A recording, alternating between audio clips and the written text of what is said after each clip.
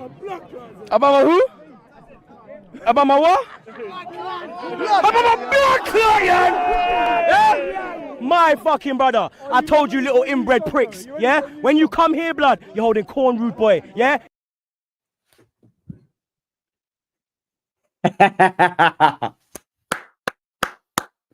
Frankie who? Frankie what? Frankie Evans. Oh, man, I love this bloke now. Oh, I'm loving this bloke. I'm warming up to this bloke. Carlton victorious today in an absolute hiding. This was a hiding from start to finish. 18-10, 118. Who didn't play anyone today. 9-10, 64. 64. Port Adelaide were absolutely fucking obnoxious today. They were legless. They're still tanning in Glenelg, mate. They're on the beach. They're tanning. Zach Butters still got his feet up. Bo, mate, they didn't come to play. They were shit. They were legless. That was one of the worst performances I've seen this year from an opposition against us. They were poo. They were poo. No wonder why they're getting rid of fucking Ken Hinkley at the end of the year. He's shit. Gotta go, blood. He's done. Michael Voss, I don't know what you've said in your press conference. Is it all positive, all rainbows, all everything? Hello, everyone in the chat. Fucking the Terminator, he is back. I didn't want him to play, but he is back. And my God, did he take the piss out of that midfield. He fucking murdered that midfield. Demonetized straight off the bat in 30 seconds. And I don't even care. I don't care because we don't care about money here. Taylor Swift played. He kicked his 7 goals. He heard that T Swift had a new album come out, and he absolutely took it to the cleaners. 7 straight. T Swift, oh my God. He thought it was Travis Kelce out here. He's singing Romeo and Juliet at 3/4 time. I couldn't believe his world. He's in T Swift's world. Harry McKay, welcome back. Good to see that you're back playing football. Who else is there? I don't know who else is there. There's a whole host of young kids out there today. Flynn Young got his 2. I was sat behind his his 2 brothers were sat in front of me. I said that he had 1 shit handball, and then they outed me. Of course. They said, what are you doing, mate? He's doing a lot better than you. But does he have Evolving Skies booster box that are worth 50 grand? I don't think so, cuz. But he actually played all right today. He played good today. He probably hospitalized a couple of players a few times, but he played all right. Zach Balenciaga Williams, he ain't Balenciaga anymore. He's like straight Dunlop volleys, but he's been playing some good football today. He played very good. Paddy Cripps, he finally went back up the ground. He went back up the ground. I don't know who was playing on today. I don't know if they even had a midfield today. Ollie Wines, where were you? As my brother said, we've got to study these blokes drop off. Where's he been after his Brownlow? And that's not Paddy Cripps, that's Ollie Wines. Where you been? Lockie Cowan, I thought he was really good today. Cooper Lord was good. And then you can go through a whole host. But Port Adelaide today, absolutely legless. Fucking trash you were. Absolutely trash. I hope Ken Hinkley bakes him. Probably won't, but anyway. Let's get a whole host of these people in here. You all ready? Zachary, how are you? Better now that I can see Big Frankie. Big Frank the Tank. Frankie Bomber Clark. Always better now, eh? How are you? How are you? Yeah, I'm well. Great. I'm a fair weather. I've decided to go to the game today, and we got up just for me, so I'm happy. That's good. Well done to you, mate. Well done. Yeah. Nick, what are you sipping away? How are you? Are you on mute? Let me unmute you. Wait, go again. You're on mute.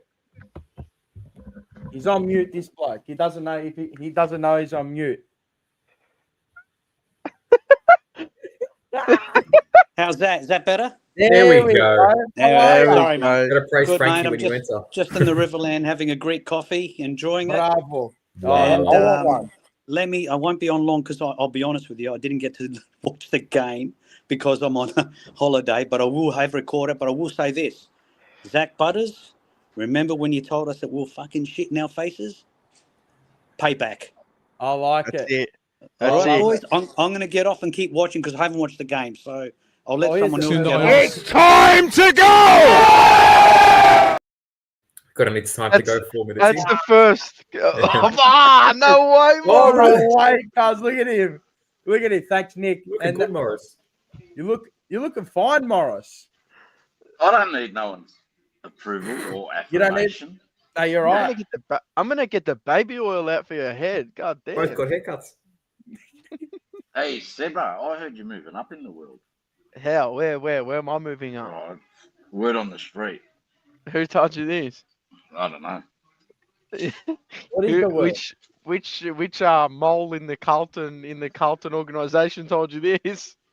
Something about because didn't you have a copy with Mary on Thursday? You're a Bro, you're dickhead. not supposed to tell everyone this. Bloody idiot. Hey, funny how they were a bit vocal today. No, They they were weren't. vocal. Where? Who? The cheer Oh, the squad. cheer squad. Oh, yeah. No, they got outsung by Port. Yeah, all day, all night. What'd you make of the game, Morris? What'd you make?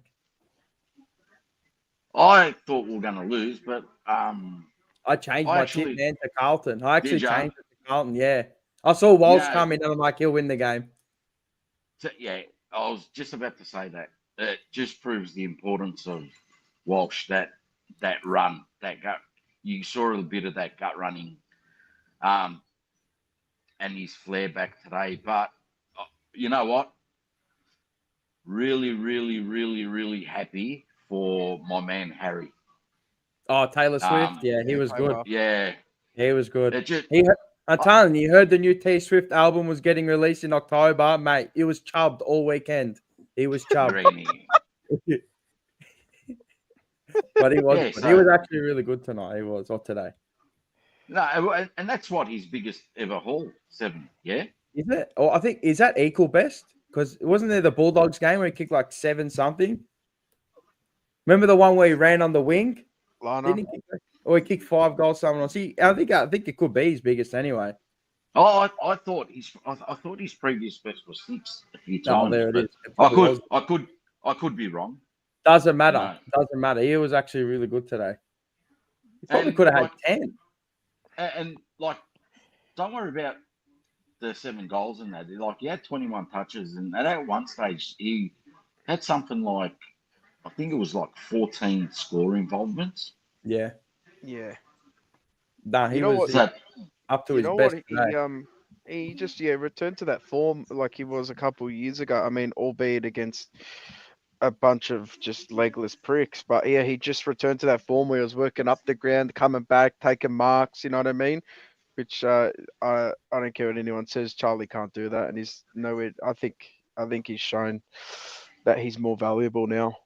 To be I've been honest, saying that. I've been saying that for you have 2 years, and You have. today just showed it. Yeah, I think it did. Zach? Yeah, look, it was just a game that suited us really. You know, a lot of turnovers in our forward half, and it suited all our small forwards. A lot of them kicked 2 goals. You know, Flinny Young, and our boy Frankie. You know, who else kicked 2? I think someone else kicked 2. Like a lot of our smalls kicked 2. Zach Williams. Williams, there you go. So yeah, it suited our smalls today, which is something you don't often see from Carlton, especially lately. So yeah, it was good to see. Oh, kicked 18 goals. That's the most we've kicked for the past 3 Yeah. weeks combined, man. I can't even think when was the last time we kicked 100 points. It was. Oh, I don't know. I can have a Melbourne or look. West Coast, one of them two, maybe. See, like Not even. that's not even. Like, yeah, Look, albeit they versed nobody, but I give them credit where credit's due. The young Exactly. kids, they definitely stepped up today. A lot of them stepped up.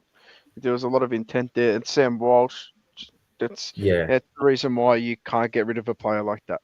no. And the thing is, like, a lot of us were saying, don't play him this week, don't play him for the season, which Yeah, I was I one guess too. I still Yeah. agree with. It's not about don't play him because he's not good or because he can't make a difference, because he is an absolute difference maker. He's the difference maker in our midfield. But it's don't play him because we want to see this consistently next season. We don't want to see this in a little flash and then him be injured. But yeah, good to see him get through unscathed and, you know, with a real impact in the midfield, because we've been lacking an impact in the midfield for so long. Yeah. He's a fucking machine, man. Yeah. Like, as soon as you knew, it was like on from the word going, you just can't believe it.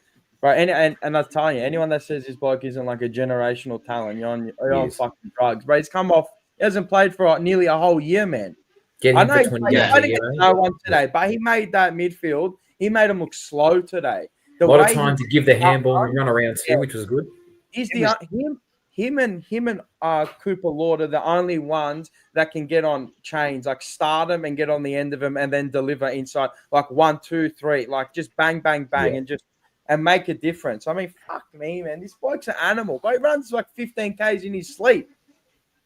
Bloke's a freak, man. I don't care what anyone says. He's a freak. Yeah, all right. I think somebody said to me, "Oh, you're telling me you're going to trade him in the year." If you give me 3 first-round draft picks for him, fuck, of course you're going to. If you give me 2, you're thinking about it. 100% you are. But, mate, today, again, legless they were, but, mate, he made him look silly. And a lot of players have done that 100%. to us this year as well. So, he's just a difference maker. He moves. It's He's a a question needle for mover. Morris. Question for Morris. Sorry. He's smiling already. Look at him. Nicole, is it Nicole or Nick Laradi, K7Q? Question for Morris. A few weeks ago, you mentioned you know things about Harry that make you not want him at the club. What specifically? I can't discuss. He can't Oh, discuss. oh, If oh, I speak, can't. I'm in big It's- trouble. If I speak, I'm in big trouble. In big Respect. trouble. It'll cost someone their career. You Not can't Non-football divulge. No. non-football career, not We'll move. non-football based. So yeah, And casts. Why Lord did Lord was injured. I think Did he Lord do? caught the knock or Concussed, yeah. something. not So he's done for the Lord. year. He's concussed. Good that you Yeah, brought him got up, the though. he got concussion. concussed? From where? That's what I got told. I got Lord told was Lord. concussion. Lord. Concussed. Okay. Yeah. It was a good win. It was good to finally see him put away a team in for once in however long. I'll tell you who else I thought was brilliant There you tonight. go. Wiedering. Yeah, Yeah. yeah. Super. He's had a few Yeah. off weeks. He's had a few Yeah. off weeks. Albeit, again, he's up against, Port Adelaide, but, Hey, but many- hang on, but if you look at it, it was only the last. When did we play him last? Not even 2 months ago. Yeah. George oh, Artis. little George later. Artis kicked 7. Yeah, so Yeah. What he kicked today? 1-3. Yeah, yeah. he Ollie Lord did nothing. A lot of their players did nothing today. I mean, fuck yeah. That I can't. I'm sorry, but I can't get over that bloke with the fucking leg sleeve. I know he had whatever Liddy. you said Oh, no, last, what's his but fucking but name? I He can't- tore I us up can't- last time as well, I by the can't way. get over this bloke, bro. He thinks it looks like Kobe Bryant running out there. Halliburton. Nah, but if you know Really his bad. story, I know why, because he had the thing, but bro, I can't get over it. I reckon it's the funniest shit I've ever seen on a footy field. Hey, I- but Seba, you're probably too young. Glenn Manton used to play with the elbow brace. The elbow. Yeah. Yeah, In the- yeah, I know that, but like, come on, man, full leg sleeve fucking in the NBA, bro. Yeah. What's his name again? Alex Liddy. Liddy, yeah. See, even that sounds a bit Isn't odd. This doesn't that's know. a Michael supermarket in Europe. Chedavolo. Hudson O'Keefe. Yeah, Hudson O'Keefe was Yeah. something to work with, huh? It was good to see presentation in I the field, told, like constant presentation. Mars, I told you that he's a beast. I know he is. Okay. Yeah. I know he is. But and that's why. Do you know He what will sucks, become a beast. He's got some. Yeah. He's got. He'll fill out. But he's where he's aggressive. Yeah, And yeah. he's yeah. always been that aggressive player. But you know what's starting to scare me? What? TDK the last 2 weeks has started to play football. Yeah. Does To that get mean to he's 100 getting games. his He pay? should be doing that every week. No, but I don't want him in the side next year. He No. won't be. He won't be. That's not what I'm hearing. I'm hearing he wants Here we to go. stay, and the club are saying no. Good. Good. We need draft picks, brother. Good. And for a consistent, as you said, he's been playing good for how long? Like, I agree with you, but he's been playing good for how long? 2-3 weeks? Yeah, We need not him for even longer. 2 We need weeks. him But for 20, like I said on Tuesday night at the super chat I put in, I'm sorry, but everyone bashed Cripps for not signing at the start of the year when his contract was coming up. Everyone hammered him, and there were people who say they won't when he fucking did, because I was one of them. Everyone has to keep the same energy for this prick. He's held the club ransom and the playing list ransom. He's probably a key pillar of why half the shit has gone wrong in terms of, you can see it on the field, the disconnect. So if anyone says anything about, oh, TDK, you should keep him, this and that, fuck off. You should have signed at the start of the year. You've shown that you're not committed. See you later. I don't care for you. Just like Jack, just like Jack, whoring himself around. I don't But care. Jack, If you Jack- care Jack's about, a no, little I'm bit sorry, no, I don't give a shit. Jack's If a you little really bit care, different. I know it's not Jack- different. If you Jack- care about the club, you sign. No, but Jack's a little bit different, right? Where if you look at the offer that Carlton had on the table for TDK is life changing. All right. Jackson is probably his last contract phase. But he's not All right. worth it, Morris. He's not worth six. He's not worth 700-800K. Yeah, but Sever, if you're saying that Jack's not worth 600, 650, how are you justifying paying Motlop 500? I'm not sitting here justifying it. No, I know that, but what I'm saying is, and it's like I'd rather Silvagni in the side than Motlop. Does that make sense? But yeah, I know what you No, mean. I get that. Like even if you eliminate the St Kilda offer, all right, and you turn around and you say, oh, TDK 1.3 mil. We did have in the discussion that we're paying overs for him. Yeah. No shit, paying overs over 900. Yeah. Does that make sense? So yeah, there's a different like that's double what Sauce is going to be making. Yeah, and to give him credit, he's what's it called? Who's that? Who's that playing? I don't know. Aiden. Lashes. Is that Aiden? Yeah, he looks his Aiden position. How are you, Andy? Look, he's got it. What's going on, boys? How are you? Good? He's bouncing. Good, mate. Good. What do you got? Is it Eddie bouncing Guerrero or something. What do you got? got? Hydraulics. Is that right? Yeah, it's good. Nice. I've got it.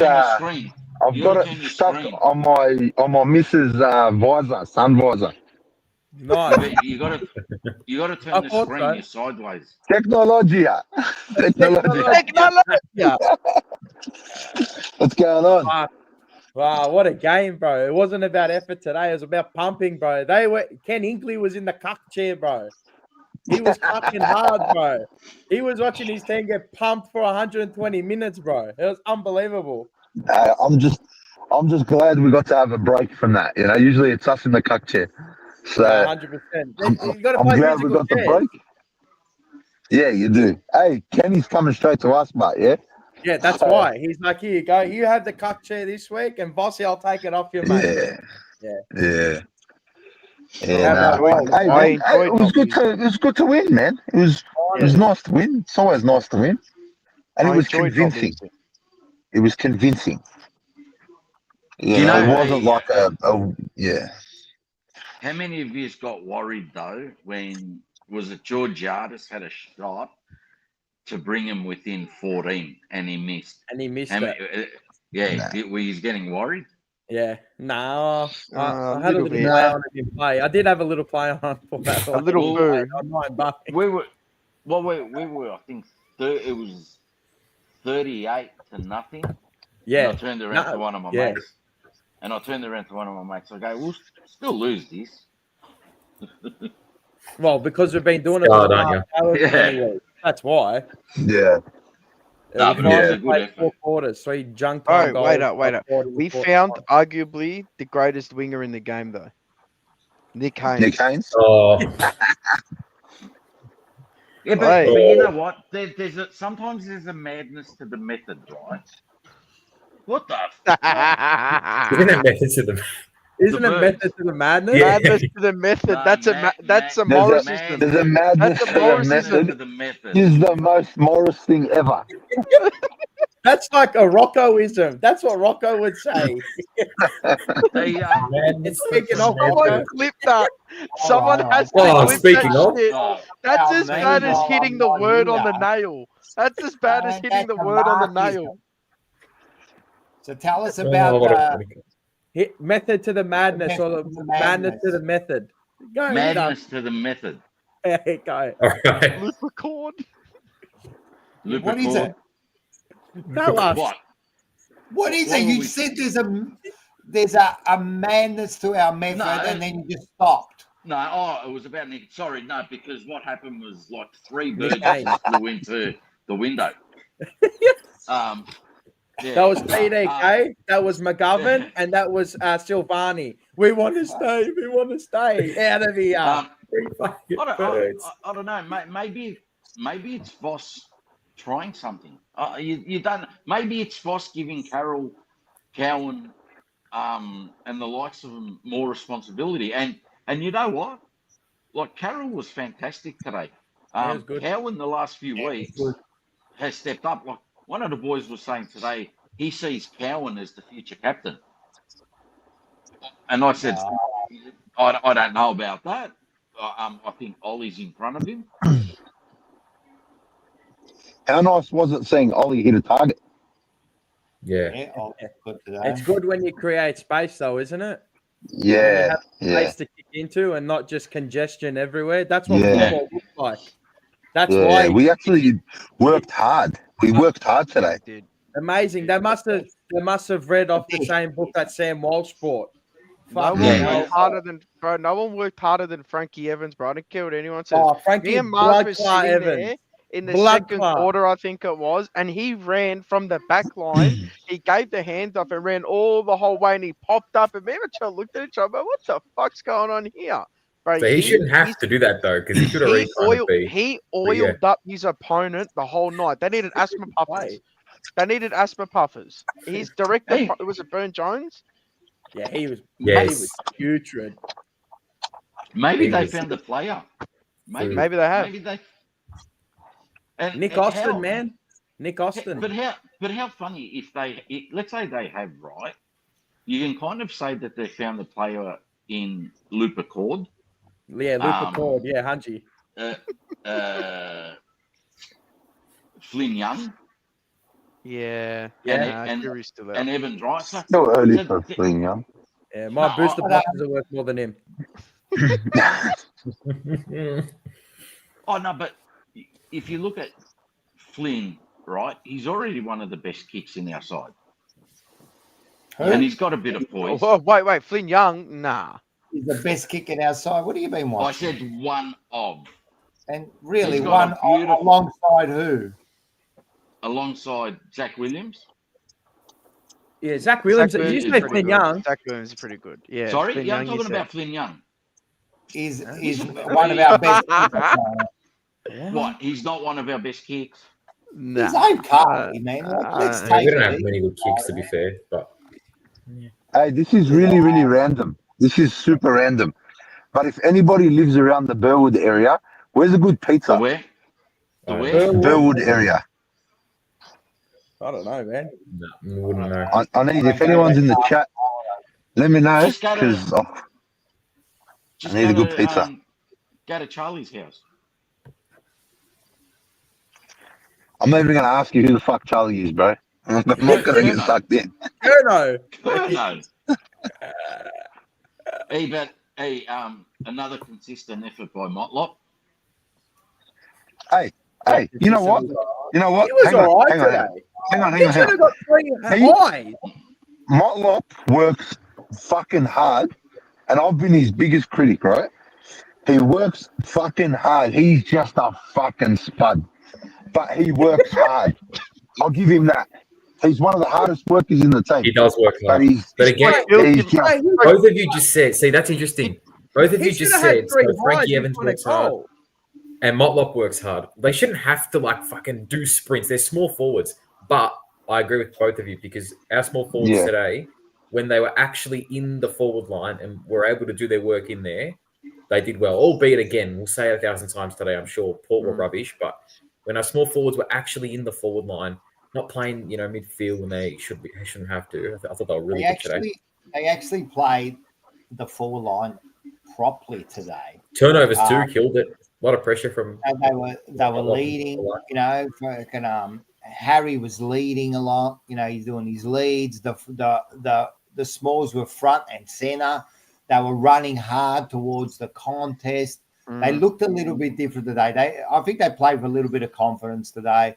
Walshy made a big difference, of course, But the Smalls I've noticed, and Frankie was leading the way hard at the contest. Yeah, His crumbing was his roving was elite. Yeah, That was a little boundary line goal, doesn't he now? I love him. I actually love him now. All right, no one. The next Can time I there's say that I've jerseys been- fails, no one bid on it. I want his match worn. So fuck off, everyone. I'm going to Oh, bid can against I you. say that I've been for the last 4 or 5 weeks, ever since he got knocked, everyone's been knocking me, but I've been saying I like him now. I like He's him gonna ever lift the since cup, he just like got you knocked said. out by May. Yep. And if you remember, if we can go back and get the footage, I said I want to see Frankie Evans holding up the Premiership Cup. Exactly what you said. I heard he's going to cut. He's our next coach. 100% player coach, like Alex Jezelenko, mate. Like Alex Jezelenko. Fuck, how bad were Oh. Port, though? They were horrible. They were horrible, bro. How about the names they got running around? You know how we said, like, you know, currently we've got the top-up Essendon team. team. This was top-up team versus top-up Connor, team. This is two Connor top-up teams. Connor Rosie was nowhere for 3.5 quarters until he decided to get his stats over 20 touches. He was genuinely nowhere. Did he shake was hands nowhere. with? Did he shake Who? hands with Zach Thatcher? Zerk Thatcher. Yeah. yeah, probably. This Stop has it, been Morris. happening for 2 weeks. Haynes on a wing. Apparently, there's a madness to the method or a method to the madness in every which way Morris says it. Maurice. There's a comment by Josh Oh, in the bottom. Which one? And has nobody spoken about we're less predictable with Kerno? Well, yeah, I think that's just a Like if we given had because Kerno you that know game, we still would've been the same. they know where It's we're just- going to kick it every time. I don't think we're less predictable. Like, I think we play the same way. No, we but still yeah, have we're one. two goals. We're one player plus in the positive. Yeah, because we'll get someone that'll work the other way. Like if you saw today, you know, and it was from the start, especially in the first quarter, there was quite a lot of it where Harry worked the ball, where when he got under it, he played it to his feet. down, So the smalls got it, you know, got their feed from that. So it hasn't been there this year. So you just hope. So tell me, like, when you've seen them both play together, has it really worked for a long period of time? Is it something that's going to work in the future, you think? That's what the question is. Or is it do you start moving away from it? They hardly...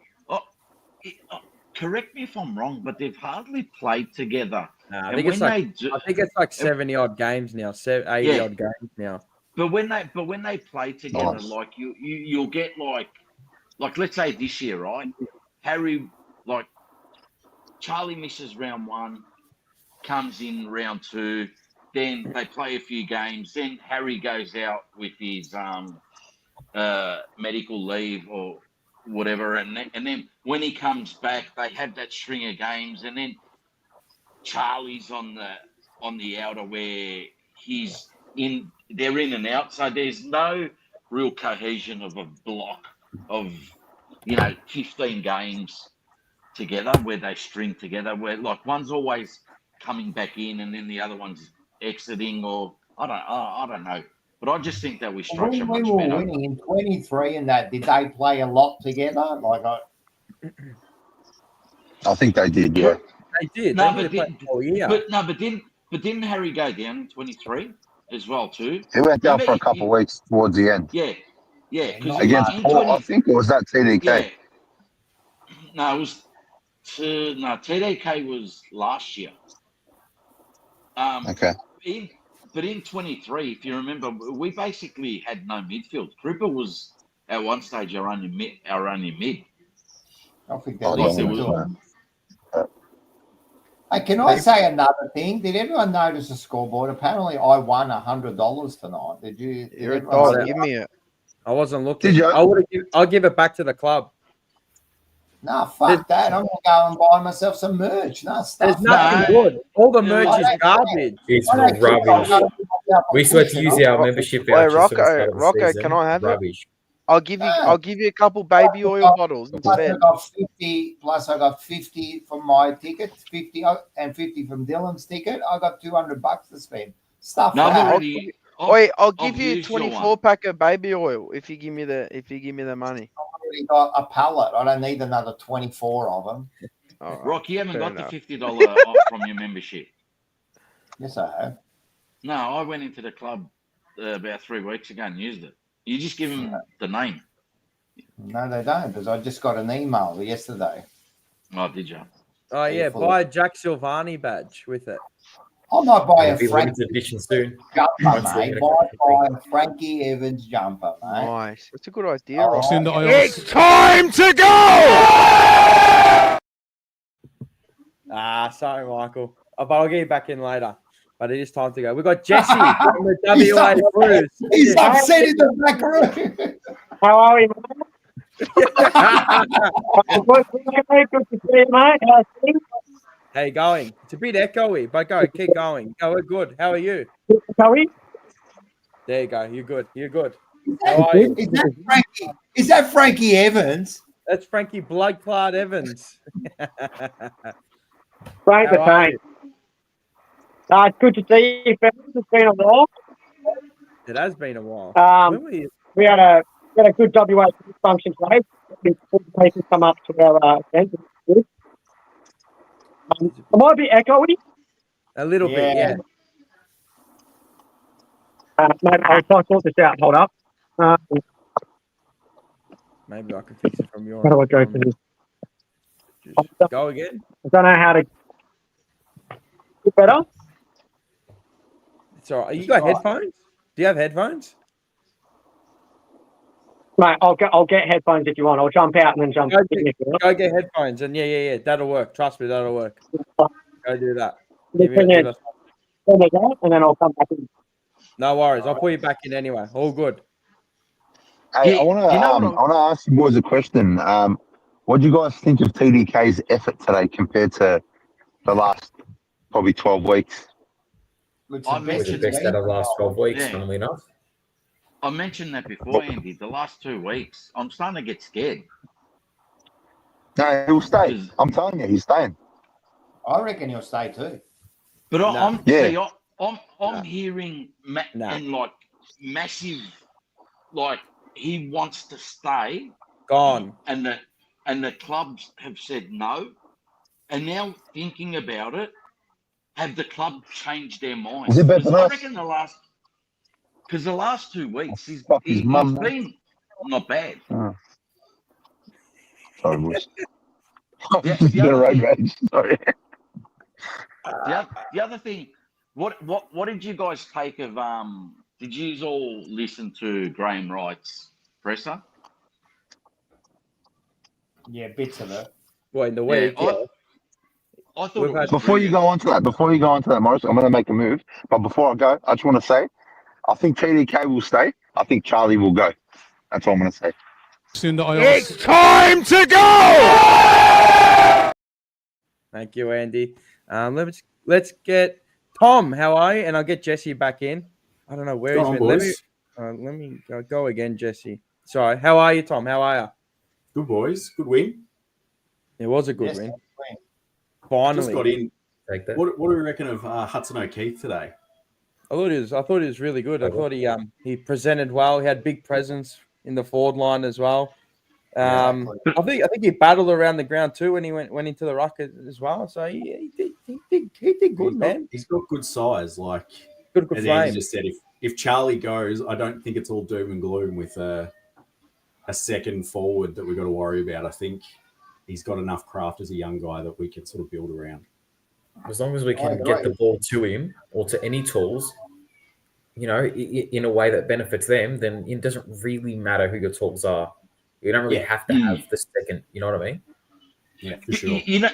You know what I picked up as well too in the first quarter with Hudson O'Keefe on the wing close to the players' bench.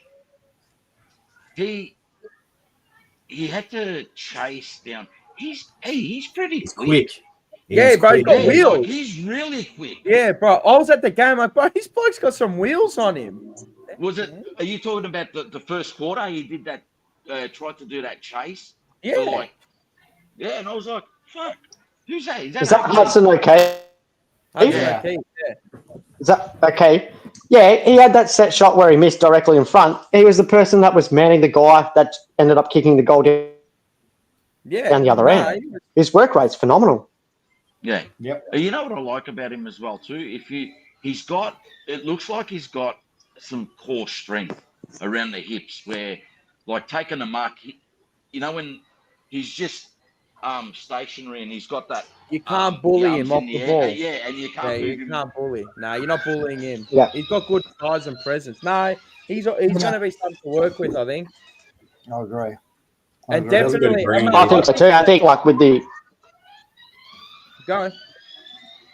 TDK probably leaving, like it gives you hope and it gives you promise to go, geez, Hudson O'Keefe's coming on very well. Like, and it's a credit to like Luke Power and the development side in the VFL area. Like they've progressed his development along significantly. It's hard to develop in a team that's just not really doing much. Like it's very, I guess it's a little bit easier to develop if you've got a lot of good pieces around you. Like let's say you're a Matty Carroll, for example, and you slot him in a team that's so well set up defensively, he'll thrive. But you're slotting him into a Carlton team that is really, really like, just not incredible, let's just say. So, it's a thing. But I don't think Matty Carroll realistically this year's put a foot wrong. No. Nah, he's been very good. Considering what he's playing around, it's hard to develop when you're playing in this sort of Had a thing. better year than Sard. Yeah, well, Sard's not had the best year at all, has he? No. Do you think we're playing Sard out of position though? Like I look at Sard and I go, why is Sard taking the kick out? So I'd rather him being the person that receives the kick out, and then we get the overlap hand pass, and let Sard break the lines. But Sard half the time is running out to the boundary line. He's no good running out to the boundary line. He's better when he runs straight lines. Yeah, unless he can hit a player 50, 60 out like Ange used to do. See, Ange used to take the kick-ins, but he used to hit Cooter on the wing, like every time. So unless he can do that, you're probably probably then, like back in those days, like we probably got some separation. So people kicking out of the back line have someone to actually target to instead of, as we all know, like, and you guys have spoken about it, comprehensively across the entire year. The long down the line just doesn't work for us. No. And that's what we sort of resort to. It's just that long down the line, it just doesn't work. I don't think it works for anybody. If you're going to be winning flags, you're not playing like that. You're playing like have a look at Brisbane.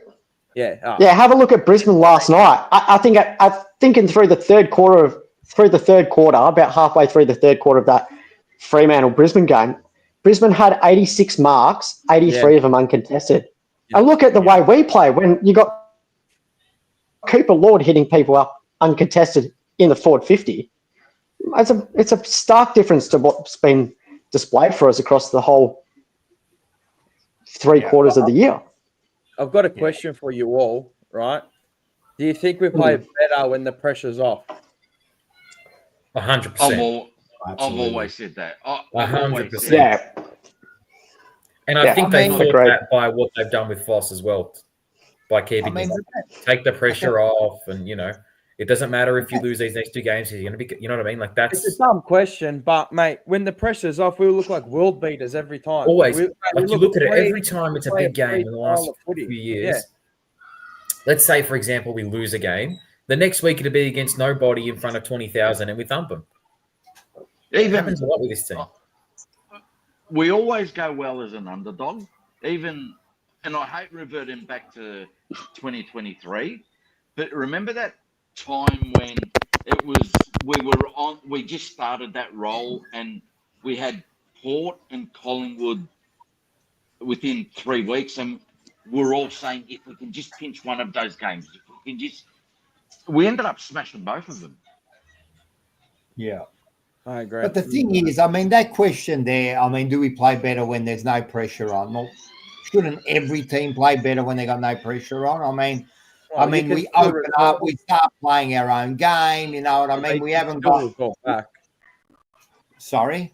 It can still resort back to the way you play. It can resort back, but when you got less pressure, you got a little bit more time, you know what I mean? You're hitting those targets.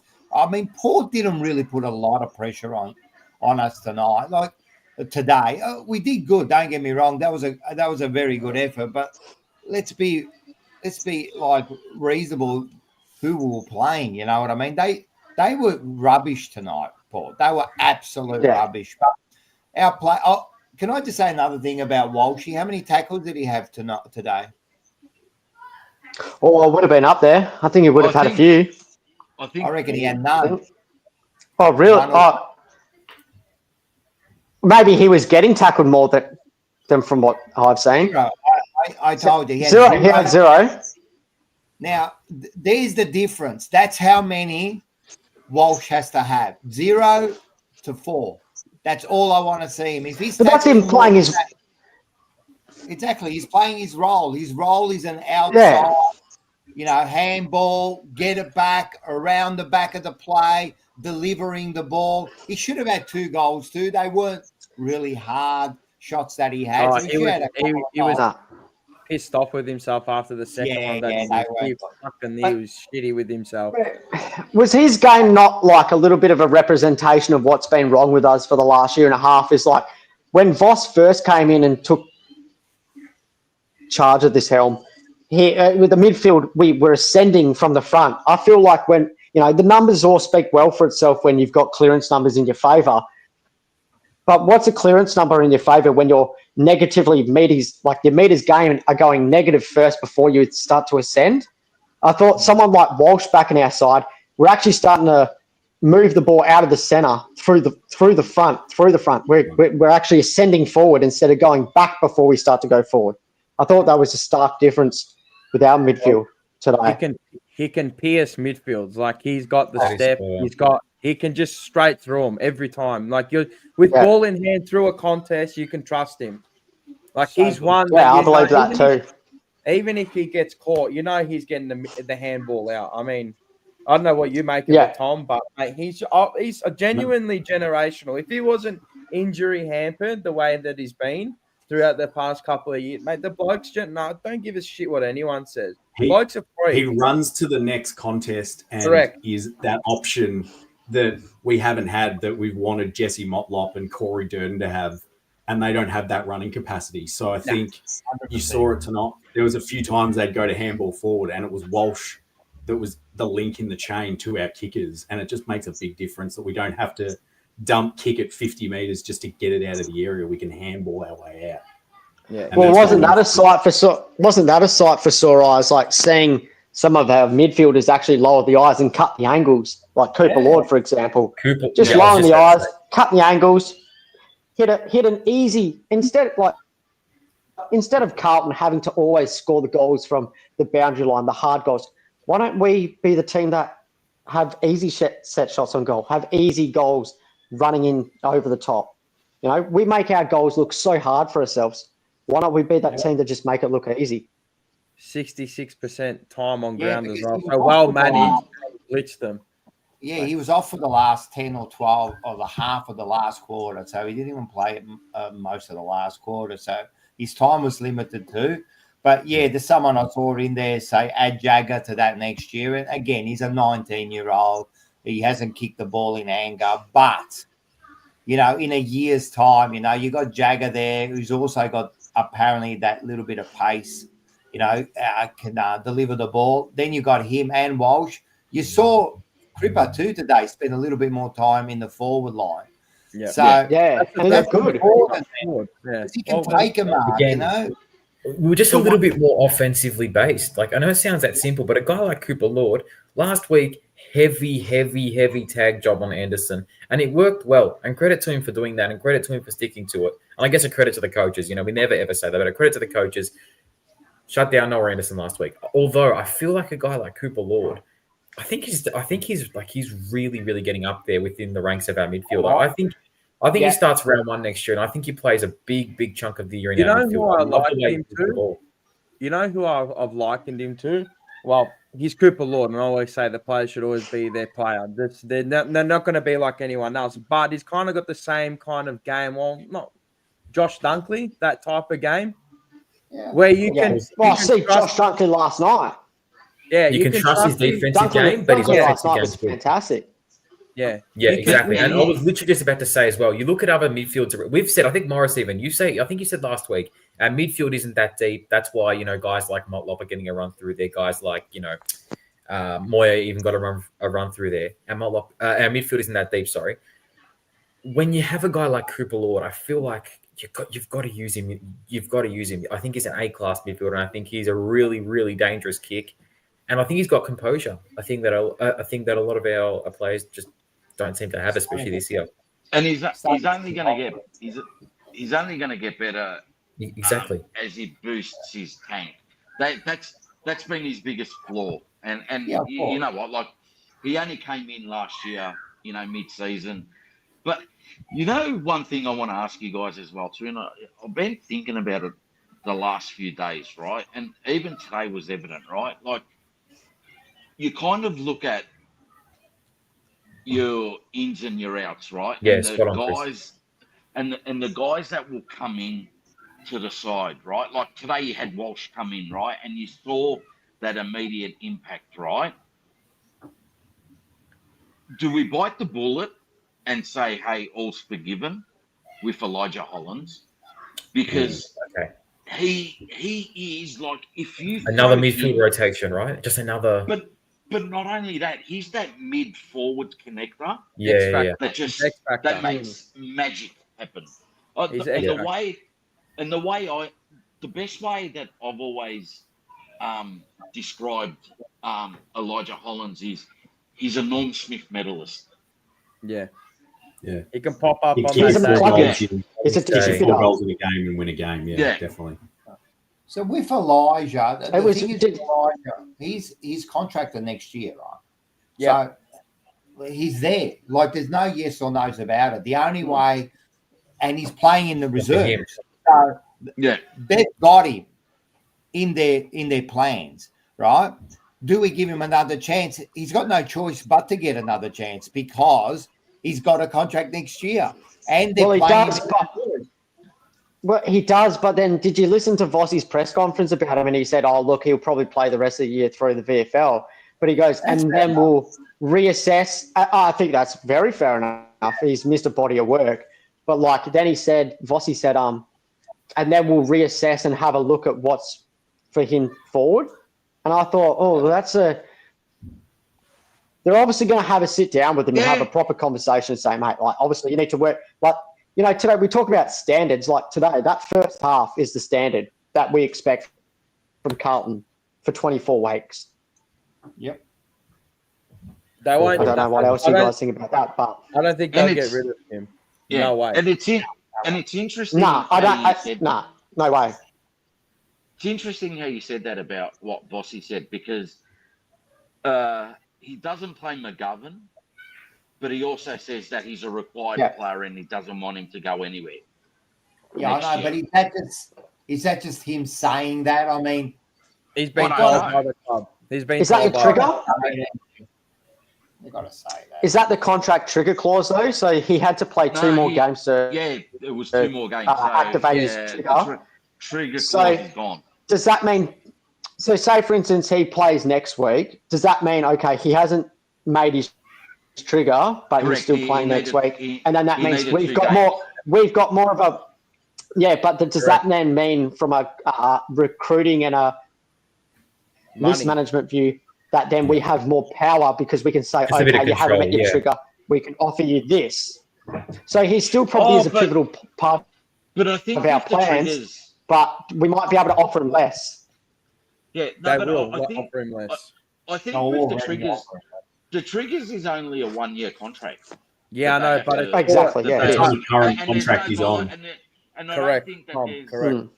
Is it the money that next year he'll get another 800,000, where if he does, they have to renegotiate, they can get him for 400,000. So all of a sudden, which is hence why we probably haven't played him this week. 100%. Because then next week we can play him again.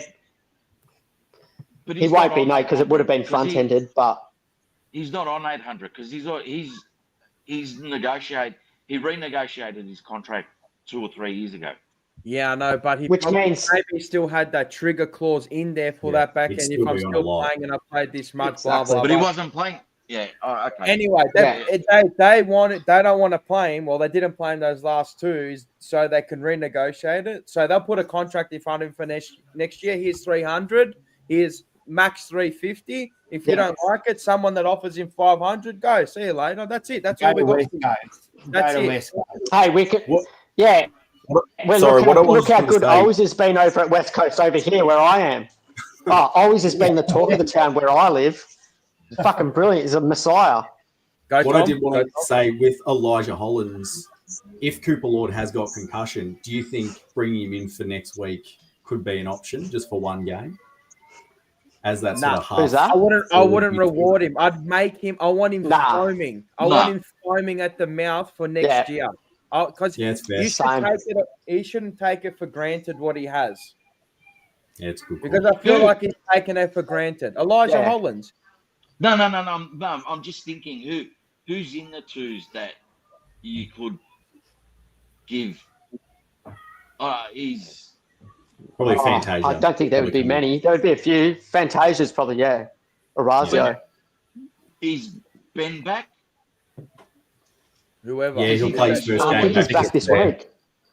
Yeah, but he's been off for 4 weeks. He's been off for 4 weeks. But the seconds play tomorrow, and then we have a game Thursday. I don't know if they'll risk Ben Campriale. Mentioning Orazio, I think is a great question, like a great conundrum in a sense. Yeah. Because you look at the way that Frank the Tank's playing. I think Orazio, when he's come in, has actually done somewhat well. He delivers the football pretty well. He's actually sort of seized a few opportunities when he has the opportunity. I think it's good that Frank the Tank and Orazio might be putting a little bit of extra pressure on people like Durden and Motlop heading into next year. I think it's good. We haven't got a strong definitely a better problem to have grade. than looking into the twos and saying, our smalls that are in the AFL aren't doing well. Who's in the twos? There's not really the best options. It's a good thing to have. It's a great thing to have. And they're kicking goals. They're getting on the scoreboard. And, got to keep it going. Got to keep it going with the way that we... look, Fantasia, he is... All right, go. I was going to say before, Oz Yates, $5. Thank you very much. So I just got my ticket to the TJP live show in the last 20 minutes. I'll also be watching next week's game from home and go Blues. That's all right. That's all right, as long as you everyone get they're flying out. Get your tickets. Hey, listen, I want just quickly about Fantasia. When he comes in, he's pretty good, right? But he is. Frankie fucking Evans, mate. Frankie fucking Evans, mate. He's no Frankie Evans. About my who? About my what? About my blood client! Yeah? My fucking brother. I told you, little inbred pricks. Yeah? When you come here, blood, you're holding corn, rude boy. Yeah? Frankie Bloodclot Evans. Frankie Bloodclot Evans. Frankie who? Frankie what? Frankie Bloodclot Evans. That's it. Man, that last week was a legacy game, eh? That was unbelievable. He was good today. I thought his pressure on the ball. Yeah, he was good. He had our most tackles. Brilliant. He had the most tackles for our side. Did he? It's good to see someone balancing tackles with actually getting on the scoreboard too. That's what a score forward's got to do. Yeah, and he wore it the other week. Yeah, he's got a nice action. I'll give him that. He's got a nice kicking style. But geez, he wore it the other week against May. Didn't have to, be honest. The way the season's gone, he didn't have to fucking wear that at all. But he fucking wore it. He wore the jumper with pride, and then he goes out and plays. I thought I was at the Fremantle, being over in WA. I was at the Fremantle game. I thought he was one of our best on ground. He was brilliant against Fremantle, and then he backs it up the next 2 weeks in a row. I thought, you know what? Credit to him. He deserves his flowers. You got to give it. Yeah, go. Question for everyone, right? In regards to, so you know how every year you need to make compulsory list changes and so forth, right? When you look at that positioning of the smalls, right? So you've got Evans, Fantasia, White, Durden, Fogarty, missing someone, Motlop. That's six. Are we too heavily stacked in that area? I reckon we brought a few young blokes in because the blokes that were already there probably weren't doing their jobs. I think it's time to kind of... How can we be stacked when 80% of them are fucking shit ass? No. What I'm saying is... We're just trying to find a couple of good ones. No, but a list of 44. Yeah. Where if you've got 6 or 7 small forwards, all right. Like if you look at the mids, we really don't have any other mids in the twos. Does that for a make sense? contested Like, style of game, yeah. where like is it? We Like, definitely need a couple more mids, yeah. Yeah, But like, it's do you time think- to make the call this year. I mean, at the end of the year, we've got to be looking at it and going, right, who's going to be there and who's not? And it's simple. And we're going to have to make the hard calls like we did with Bowies. You know what I mean? Does Mollot stay? Yeah. Is it Durden? Is it Frankie? Is it Fantasia? Like, who's going to stay and who's going to... We're going to have to make some sort of room there. We can't keep them all. Well, it's like what Graham Wright said. He just openly and honestly, I love it. He just said we haven't got enough good players. So go out and find good players. That's what I've been told. Being a 26-year-old, that's what I was told from my father growing up, was like, if there was another player at a different club or someone out in the competition that was the best in the league, then Carlton went and got him, because that's how we operate. I know salary cap then comes into it and everything, but we should still have the same mindset that if there's someone who's the best in the league, we should be approaching them. We should be making ourselves better all the time. I'd love Kane Farrell watching him kick the ball today. I'd love for him to play for us. Like, jeez, hasn't he got a left head on? Look at the way Brisbane kicked the ball last night. Yep. Well, Brisbane last night was sensational. But they got freakish talent everywhere, just match winners everywhere, like X Factor players across the board. Like, fuck, if you look at our team, our best team compared to them, mate, go to their forward line, Logan Morris.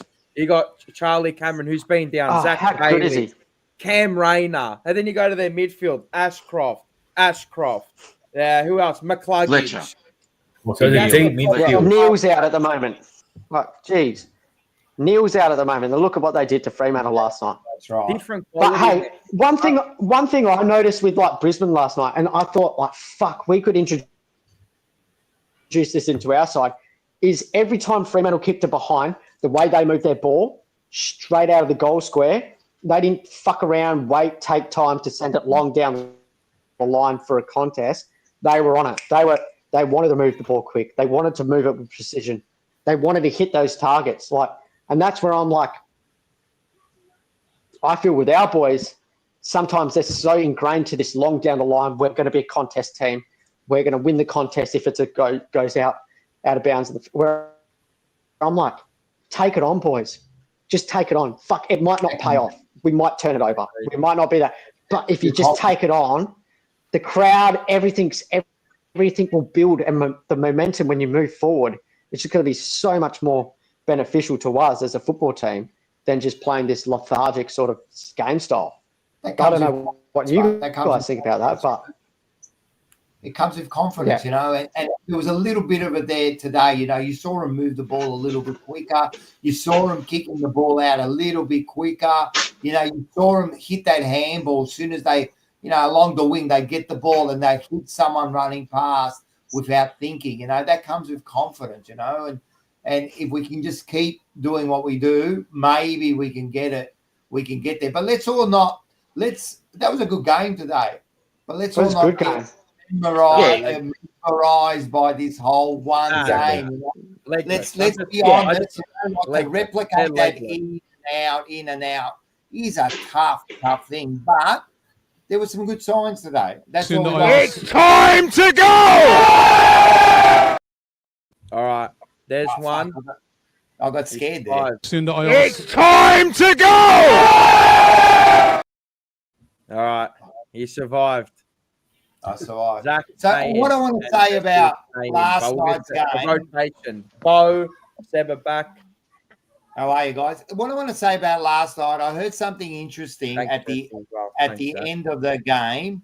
The commentator said about the Fagan. They go, oh, he's built a great side, and the way they play their footy, you know, it holds up and that, you know. And I thought, look at that.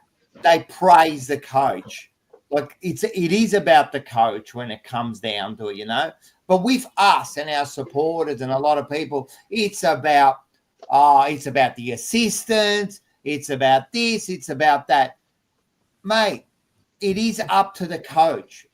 Mate, this coach, it is down to him about the way we play this game, who's in the team, what position they play. You know what I mean? When someone like Fagan, they praised him. They said to him, look at the team he's built, right? They said it. Look at the team he's built. When it comes to our side, it's, we need better assistants. We need Ken Hinkley next to him. We need this. We need that. Like, when are we going to stop and say, right, Voss, this is you, mate. This is you. But after 4 years, mate, if this isn't right, it has to come down to you. On a separate note, Rock, you listen to Lee Matthews. No, you listen to Lee Matthews, and his theory is that players make a good coach. That's words out of his mouth. Like, that's his theory. Like, and you understand that, Morris. I keep hearing this. I do know, of course, if you got the cattle, you're going to be a better side, right? But I said this only a few weeks ago or last week. I was saying on one of the shows, you're trying to tell me 4 years ago, right, that Collingwood had a better list than us. Well, Buckley had the same list McKay had. Right, so they weren't a better list. They got rid of Buckley, their list, and we were all praising our list. We were all praising it. So the list was there. So I know that the players make our list. All right, then I'll turn it around. If the players make a coach can ruin players. And that's what's happened. Yeah. But going back to Collingwood, right? You know, if you, on paper, there's an argument saying that we've got a better list than them. We did. Age profile wise, absolutely. But their system is just was. Yes, and where does that come down to, mate? The coach. Yeah, correct. Fucking who How cares? are you, You know what? Bo? Fuck Voss, because he'd probably not be there after halfway through next year anyway. So Bo, But saying what Rocco said, sorry guys. Yeah, go. What Rocco was saying, it makes a good point because we've been crying out for our players to be played in the right position all year. All of a sudden, you put Cooper Lord as an inside midfielder, and he's become the best player we've had this month. Zach Williams becomes a half forward running player, and he's our best kicker. Yeah. Like, you can say that if Fagan put Zorko in the half forward line and Cam Rayner was playing on ball instead of forward, all of a sudden you go, why isn't he playing these players in the right spot? They might not win a flag. So it can come down to what the coach is making. He might have the best players, but if he's not playing them where they need to play, you're never going to win games. I agree. 100%. 100%. And it does make you better. It does make you better. And look, I'm hoping next year that, like, with what we saw out of Walsh today, right? Just understanding and how he illustrated how much of a missing piece he's been this year, right? That Chera gets played in the right position next year if he's still there. Yeah, and as you play Chera off the half back line. No. But Chera should be like a Walsh. And Cooper Lord plays his spot. More of a receiver, because theoretically, Chera's not a bad ball user. Yeah. Yeah. Well, that's what we brought him in for, isn't it? Yeah. Do you agree, Bo? I was actually going to say something along the lines of, you know, all these people that said that the assistants are the problem and it's not Voss and so on and so forth. And then today I'm seeing them praising Voss, but they're not praising the assistants. What's going on? Oh, yes, very good point. Very good point, Bo. I just want to know where they're at. All the people that say Voss isn't the problem, the assistants are the problem. We came out today, and honestly, it was refreshing. I'm calling the performance refreshing, right? It was good to see. We had a lot of players' bodies step up. We had Harry coming back into, I'm not going to say into form because it was one game, right? But he played really, really well. Walsh came in and made a difference, which is his job. He's an impact player. Go do it. Beautiful. So you guys have covered all that already, but I'm trying to figure out where all the praise for the assistants is this week. Where's all the posts about the assistants coach? And Harry this is Mackay's why also playing on the corpse of Alir today. Like, 100%.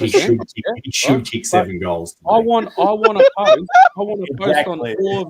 on all of the content creation platforms and so on and so. I want assistant coaches' videos to come out. I want all of their names named, and Ash I want them Hansen. to get praised for the win. Hansen. Is the Hamill. mastermind Russell, the best forward coach in the league. Yeah. Yeah, Did you not? I don't know if you guys realized the reason Harry kicked 7 today was because of Aaron Hamill. No way. Yeah, he's Did he one of play the good, assistant son? coaches. Fuck it, add him in there. Credit him for it as well. Stuff it, whatever. No, but Aaron Hamill's a defence coach, so it can't be Aaron Hamill. No, No, but I'm just saying. Aaron Any of the Hamill- assistant coaches Aaron must get Hamill was praise for telling- Harry today. And you're absolutely right. And this is where, you know, All of it. sometimes supporters and people and even commentators are out there like, just relax. We're always trying to find an excuse for if it's them, no, now it's them, not it's them. But when it works, it's the coach. When it doesn't work and all that. Yeah, And exactly. you're absolutely right. Are we praising the assistant coaches? Wait, I do we- bet none of them get a mention. No, none, never. They're the problem, but then they're not the reason for a win. Yeah. So which way do you want it? I No mean, assistant coaches in the world of sport ever get praise, ever. Yeah. And Yeah, they but never by get logic, they criticised. should. But only at Carlton they do. Only at Carlton, man. We are first in everything, mate. We are first in everything. I like this. Walsh having back surgery at such a young age, I don't think people understand. Will take a while for the poor bloke to come good. Obviously, he was played when he shouldn't have. Possibly, yeah, probably. And that's what happens when you're a desperate club. Is I know what it becomes I know what it desperate. feels like. Times call for desperate You measures. know what So it feels like, I know Sam. what it I feels like to have this. I had the same back injury as him, and I had 2 discs. I know what it feels like. The pain he would have been the pain he would have had going through it for however long he had it before the surgery would have been. It's tongue. It's the fucking worst pain ever. It's the Enzo worst. Valentino. Remember, guys, the problem is shows like this and all of us supporters, we are the reason why we struggled this year. Josh, we don't need to thank anyone. They just released the shackles, maybe for one game. We'll see. They're absolutely legless, Port Adelaide. That was the worst They were team I've horrible, watched man. against us all year. They were shit out. Can we not let it blindside it? I know it's not going to let it blindside this, but we're still in a world of trouble next year. Oh, Still in a and big world of trouble next. I mean, 'cause I'm- let's be real. Let's be real. Maybe. If they change the but- assistants and shit like that, really, and it goes pear shaped, it's going to end up the Mate. same as this year. We're seeing Maybe, the same maybe comments not. after this. We're seeing the same comments after this game that we saw after thrashing West Coast, thrashing North. It's the same sort of comments again. Other than I'm probably not seeing any "we're back" comments because it's too far into the season now. But I'm still seeing a lot of comments this week about, not we're back, but in a roundabout way saying, yeah, Harry's back in form. This is great going into next season, blah, blah. We don't have a freaking clue. This is one win against a team that did not even show up. And I'm not trying to look for negatives at all. It was, like I said, it was refreshing. It was good to watch, right? 100%. But a lot of people are talking about the happiness after the game. Be happy with the win and so on and so forth. Like, I've got nothing to be happy about, man. There's 2 games in the freaking season left. We should be beating teams like Port and Essendon. So, I mean, what's there to be like baking cakes over? You know what I mean? But in regards to Seba answering your question, right? Do you think, like, I truly believe that this year's the main reason is player mentality, right? In regards to that buy-in, right? In regards to the effort, because a lot of our losses have been on effort. Yeah. It's not that the skills aren't there and that. Like, I've been his biggest culprit, in Charlie Curnow, right? But if he turns the switch on and gets back to his Coleman medal days, we're a completely different side. But this is, and I know you say this nice about the players and stuff, but this is when it comes back to also what I was saying earlier when I was on, is people like TDK and Jack Silvagni and all these people holding the club ransom, and it damages the group. But this is what I'm saying. If you're like, this is why I'm hard on Jack. If you're out there whoring yourself about, talking to Tom, Dick, and Harry about such and such, I understand what he's trying to do is to try and get more money. Right? I understand that. I'm not done. Yep. But in the end of the day, if you're fully committed to the club, yes, it plays a factor, but it shouldn't be your main priority as to be paid this and that and this and that. If you're committed to the club, you sign the dotted line. Like Mars said, TDK holding the club ransom all year. If you give a shit, and now he's saying he wants to say, if it is, no. See you later. You know what I mean? But can I be devil's advocate here and say, what if he's gone to the club, which he has a right to go to the club, right? And doesn't like it, and doesn't like the direction they're going in, and doesn't like how they're going to play him or whatever, right? Has he got a right then to say, well, I'm not happy in what's going on here? Because before today, we're all looking at this club and going, we're not happy with any of it. Why can't the players be like that? So we're throwing all this on Sauce or Jack, right? But has he got a right to say, where are we going here? I don't like I don't like the assistant coaches. They're all shit. Like, has he got a right to do that? Well, obviously, yes. Obviously, yes, he does. I don't think he does. So we don't know what he's gone and asked for, what he's looking at. You know what I mean? Have they told him that? You know, maybe they've said to him, listen, yeah, you played all right, but we still can't guarantee you're going to have a spot next year. I don't think they would have. It's just a bit like what they did to Kennedy. To Kennedy, they did the same thing. They said to him, we'll offer you a contract, but we can't guarantee you midfield time, right? No, wasn't so he went out and looked. Didn't Kennedy have a year to run? Kennedy got traded. He got traded, yeah. Yeah, but I think they did say to him, we can't promise you midfield time. Yeah. So he would have gone out and looked. And then when you look at that, was the club doing the right thing by saying, right, we're not going to give you midfield time because we want Cooper Lord in there, right? And we're going to get Jagger Smith. So we don't know if you're going to fit into it. So are they doing the right thing? And now that Cooper Lord's kind of, progressed a little bit, then you look at it and you go, well, maybe it wasn't a bad idea because that was their plan. As long as they've got an idea for a plan and they follow through with it, then I'm happy. It's when they don't know what they're doing. If that was their plan and now it's coming to fruition, yeah, all right. I think someone like Kennedy getting the push out, he was taking the spot of someone like George Hewitt. And then you see George Hewitt this year, what he's able to do with a full run at an inside mid position. He's going to win our BNF. So all of a sudden, the list management team goes, okay, we got rid of Matt Kennedy, but I've given you a best and fairest. So that argument there is all of a sudden, okay, Jack might go to wherever he goes, but if Harry O'Farrell comes into the back end of next year and is that second tall defender with Wiedering for the next 10 years, then that's okay, Jack, go for it. So, and then the same discussion with Hudson O'Keefe with TDK if he goes.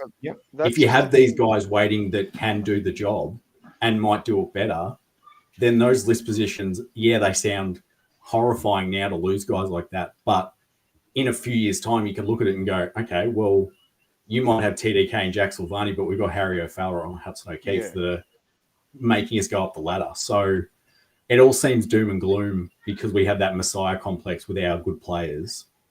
But we've got to start trusting what they're putting into place. And I think that's what Graham Wright's really doing. I got a question. Now, so they're going to pop a contract in front of McGovern for, let's say, 300, 350, whatever it is, right? Yeah. Do we need him to stay as a backup for when Jack Silvagni goes? Do we need to keep McGovern? And then we run him in the twos? If there's no one out there and he's already accustomed to the squad, I'd say yes. But then again, if you can go and get someone who's more durable, I mean, that's not saying he hasn't been durable, but if you can go and get someone of like the same caliber and he's younger, then why not? Why not explore? But if there's no one out there that they haven't marked or anything, keep him. But at a There's a lower question rate. to your question though. Do you Yeah. prefer Mitch McGovern or Lewis Young? Lewis Young. Fuck. Because that's the dilemma that they're going to have next year. Yeah, Lewis but I Young. think Harrow but gets Lewis back. Young's contracted until the end of the year, Yeah. isn't he? Next year. Yeah, he is. But I think that's the discussion they'll be having. Do we Yeah, go with Lewis Young until You're probably going to keep. Look, if you can keep McGovern on, let's say 300, right? Well, then you're going to do it, right? And if he gives you 10 to 15 good games throughout the year, because you know his body will break down inevitably, because that's what happens. He just pulls his hamstrings and soft tissues. But then I got another one for you. Is then you got Adam Sard. He's contracted, but he's but- contract. Oh, See, does he get a game next year? Does he start round one? No. See, I think with Saab, you need to make the Carlton Football Club now, where with Graham Wright coming in, we're going to have a new footy boss. We need to now make every decision that we make needs to be the right one. We need to be able to make the hard one. Even like with McGovern, right? Do you guys really see McGovern as a centre half back? No, he's not anyway. But no. All right. So having him there, all right, he's not the answer. He's gonna roadblock having someone else there, because McGovern and Haynes are two of the like, right? And correct. In regards to the experience piece, you got Nick Newman coming back in, so it kind of And Brody counteracts Kemp. that. Yeah, Brody Kemp. Where do you who play is- Brody Kemp? See, I don't He's a think back Kemp will line. be- I don't think he'll he's be a backman because you got Moyer. No, He's a didn't they back- resign Brody They Kemp? did try him up forward. Yeah, it's interesting that. And you know, with Sard, like far out, like who's there to take his position? You got Sard, who Newman. else? So you Newman, got Newman comes in, and then Carroll. I mean, Carroll, Cowan are kind of all taking it. So yeah, Sard, you're gonna have to. He's got a year next year. He's Billy gonna Wilson. have to. Well, Billy Wilson, yeah, I don't know, really but rate- they've That's- kept but him that's for a a bit- year. But this is the Yeah. point. This is the point now. Yeah, they're with the McGovern thing. Now, this is the point. Where are we at? Where do you think that they're looking at us as a football club, as a team? Where are we at? Are we getting rid of these older players? Are we moving them on? And are we bringing through all this younger crop? Are we focusing on the younger crop, or are we? You know what I mean? Obviously, you have to have some veterans in there. But what are they now? What is their main motive? Is it to I think what you progress got all to these think. younger ones? When you ask that question, right? What are we doing next year? Like, where do you think we're going to be next year? Are we They're gonna- rebuilding they're or gonna- are we going I'd say again? Are around we the same contending place. for top four? Are we going to contend for top four? Then I don't think we need McGovern. Yeah, there you go. If we were contending, yeah, I would like a hard body like McGovern to come in and be something. But if we got to be honest, or the team does, and be honest with themselves and say, if we're not contending for top four in a premiership, and don't get me wrong, we always are. Let's be honest. You know, you're always going to aim for a premiership. But if you're really not, we got to start thinking of the future in 2 or 3 years' time. Josh puts a question, and I'll ask this to Bo. Are they playing for now or the future? Do they have to accept this current list isn't going to win a flag? Well, it probably Didn't I won't. just say that? That's fucking. That is Yeah. great. That's a segue and a half. That was fantastic question to put up, and that's exactly right. Like, we got to really be honest with now, next year and the year after, what direction we're going in.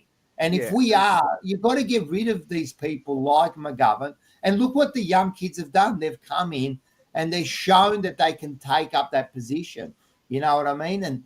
And yeah, we've already got a Haynes there. You know what I mean? What I think's going to happen, like around the likes of the McGoverns and so forth, because of their age as well too. I reckon that they're going to look for trades where you might get a pick 40 for a McGovern, argument's sake, right? And I think what they're going to try and do is bring in, because we've got a nucleus of kids, and there's still some kids that are going to be coming in. It's that mid-age where we fall, and I think they're going to stock up on some of those, 24, 25-year-olds.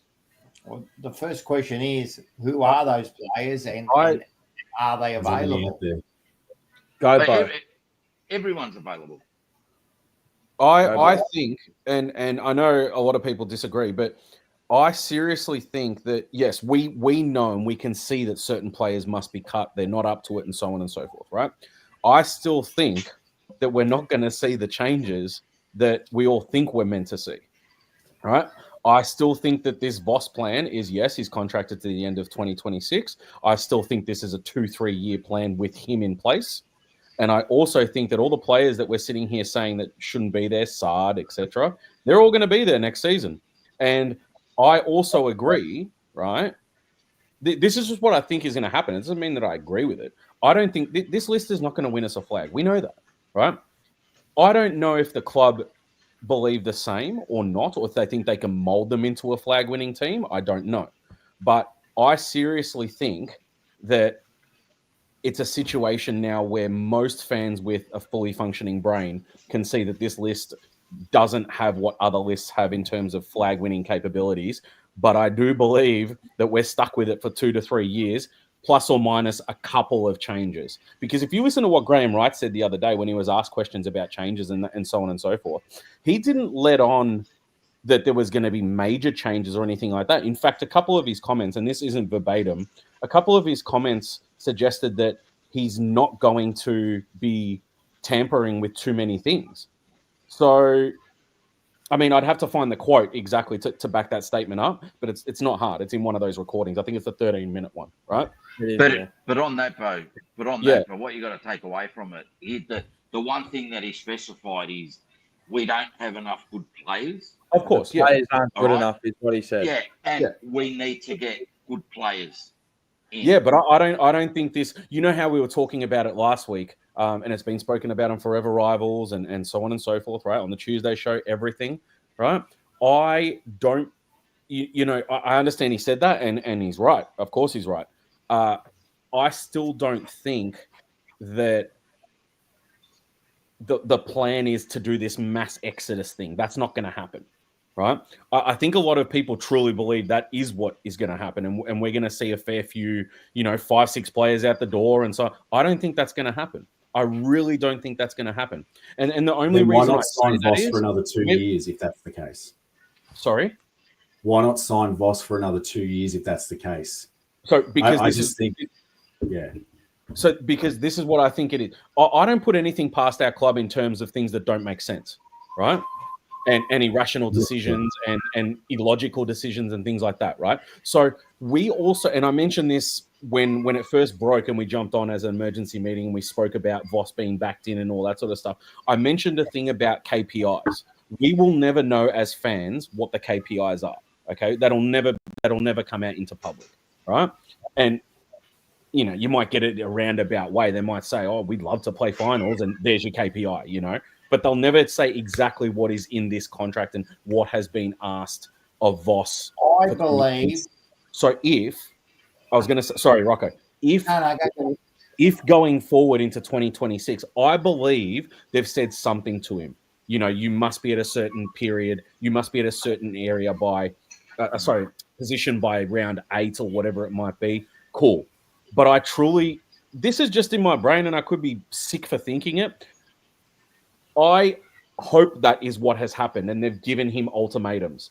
I think 2026, we're stuck with him regardless. And Rocco asked me last week, what if we're 2-10? Do you think he'll still be there? And I said, yes. No, I don't think so. No chance. No. So I think it is. I don't want it to be, but I truly think these guys are sticking with this guy. And I know they said into 2026, but I'm not reading too much into that. I think that they do not want. I don't think they're 100% keen on Voss. But because what we heard this, right? We heard that other coaches were approached, right, and asked a question. Turn your camera around, Mark. Right? But he refuted that, Rocco. I don't care whatever. I've refuted a lot of things too in my life, right? It doesn't matter what that is, right? I believe it happened, and he refuted what? That they didn't approach anyone, or you know. No. I don't know. Did you see how defensive he got when he got asked that question? Please don't spin that shit. He got that defensive. Cap. It's Cap. Here you go, Cap. They got. He asked a couple, and one of them is a senior coach, and I'm not even going to say who it is, but I think we all kind of know who he's approached. They said no, and I kind of had someone who I talked to in the last few days that anyway, I'm not going to say who it was and that, but listen, if they've done that, if they've done that, I believe they've sat there and they've said, rightio, we'll keep you. But if they've approached someone else, even if just for a chat, how much confidence have they got in Voss? That's my question. How much? This is for the future. Go, Tom. But this is for the future, No, mate. I think it's actually the smartest thing that they've done for a long time, and probably they've protected themselves because they go, okay, next year if Voss starts 8-0, we look like superheroes and we sign him for 2 more years and we keep the list that we've got. But if he starts next year at 2-10 or whatever, they can then go, cool, we'll sack him, get rid of Akers, get rid of Fogarty, get rid of all the, get in Cody Walker, get in all these picks, and we're rebuilding. So all of a sudden, the board don't look like idiots for signing Voss for another 3 years and then are stuck with all these young kids and he doesn't want to do it. Hey, Rocco. Small conspiracy theory. Can I give you a small conspiracy theory? They've spoken to a particular coach and they said, we don't want to get involved while he's still contracted. I've got another year or so in my contract. How about we discuss it again next year? I said that on the show. Yeah. And sudden, like if Voss does all of a sudden go 12-0 and wins 12 games, then you go, well, no, we've got the, but then if it's like you said, 2-10, then you go, well, we've got our backup. We've got the backup mistress there waiting for me. This is going to be sick tonight. Before you all go, I got to welcome my guest. Yes. Happy birthday to you. Happy birthday to you. Happy birthday to Mad Dogs. Happy birthday to you. How you going, Mad Dogs? How are you? Happy birthday. Hey, thanks, guys. Thank you. Happy Thank you so much. Happy birthday.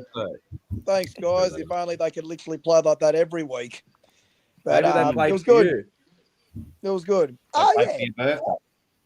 Nah, absolutely. No, cheers, guys. As I said, if only it was like that every single week after today's game. But I mean, we have quite a fair few out. They obviously had a fair few out as well. So, what do you expect from a 14th v 12 sides battling it out? But, you got to obviously try and take, a win or two to try and finish off the year.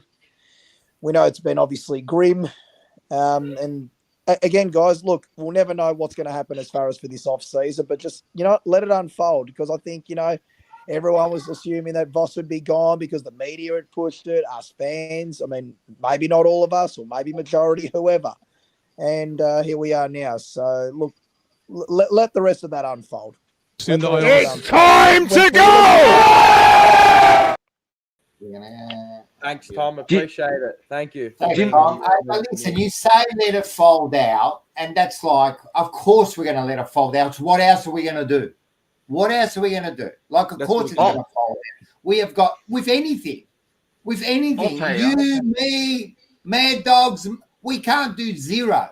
That's what we're doing here. All we're doing is discussing it, having a chat, and seeing what our opinion is.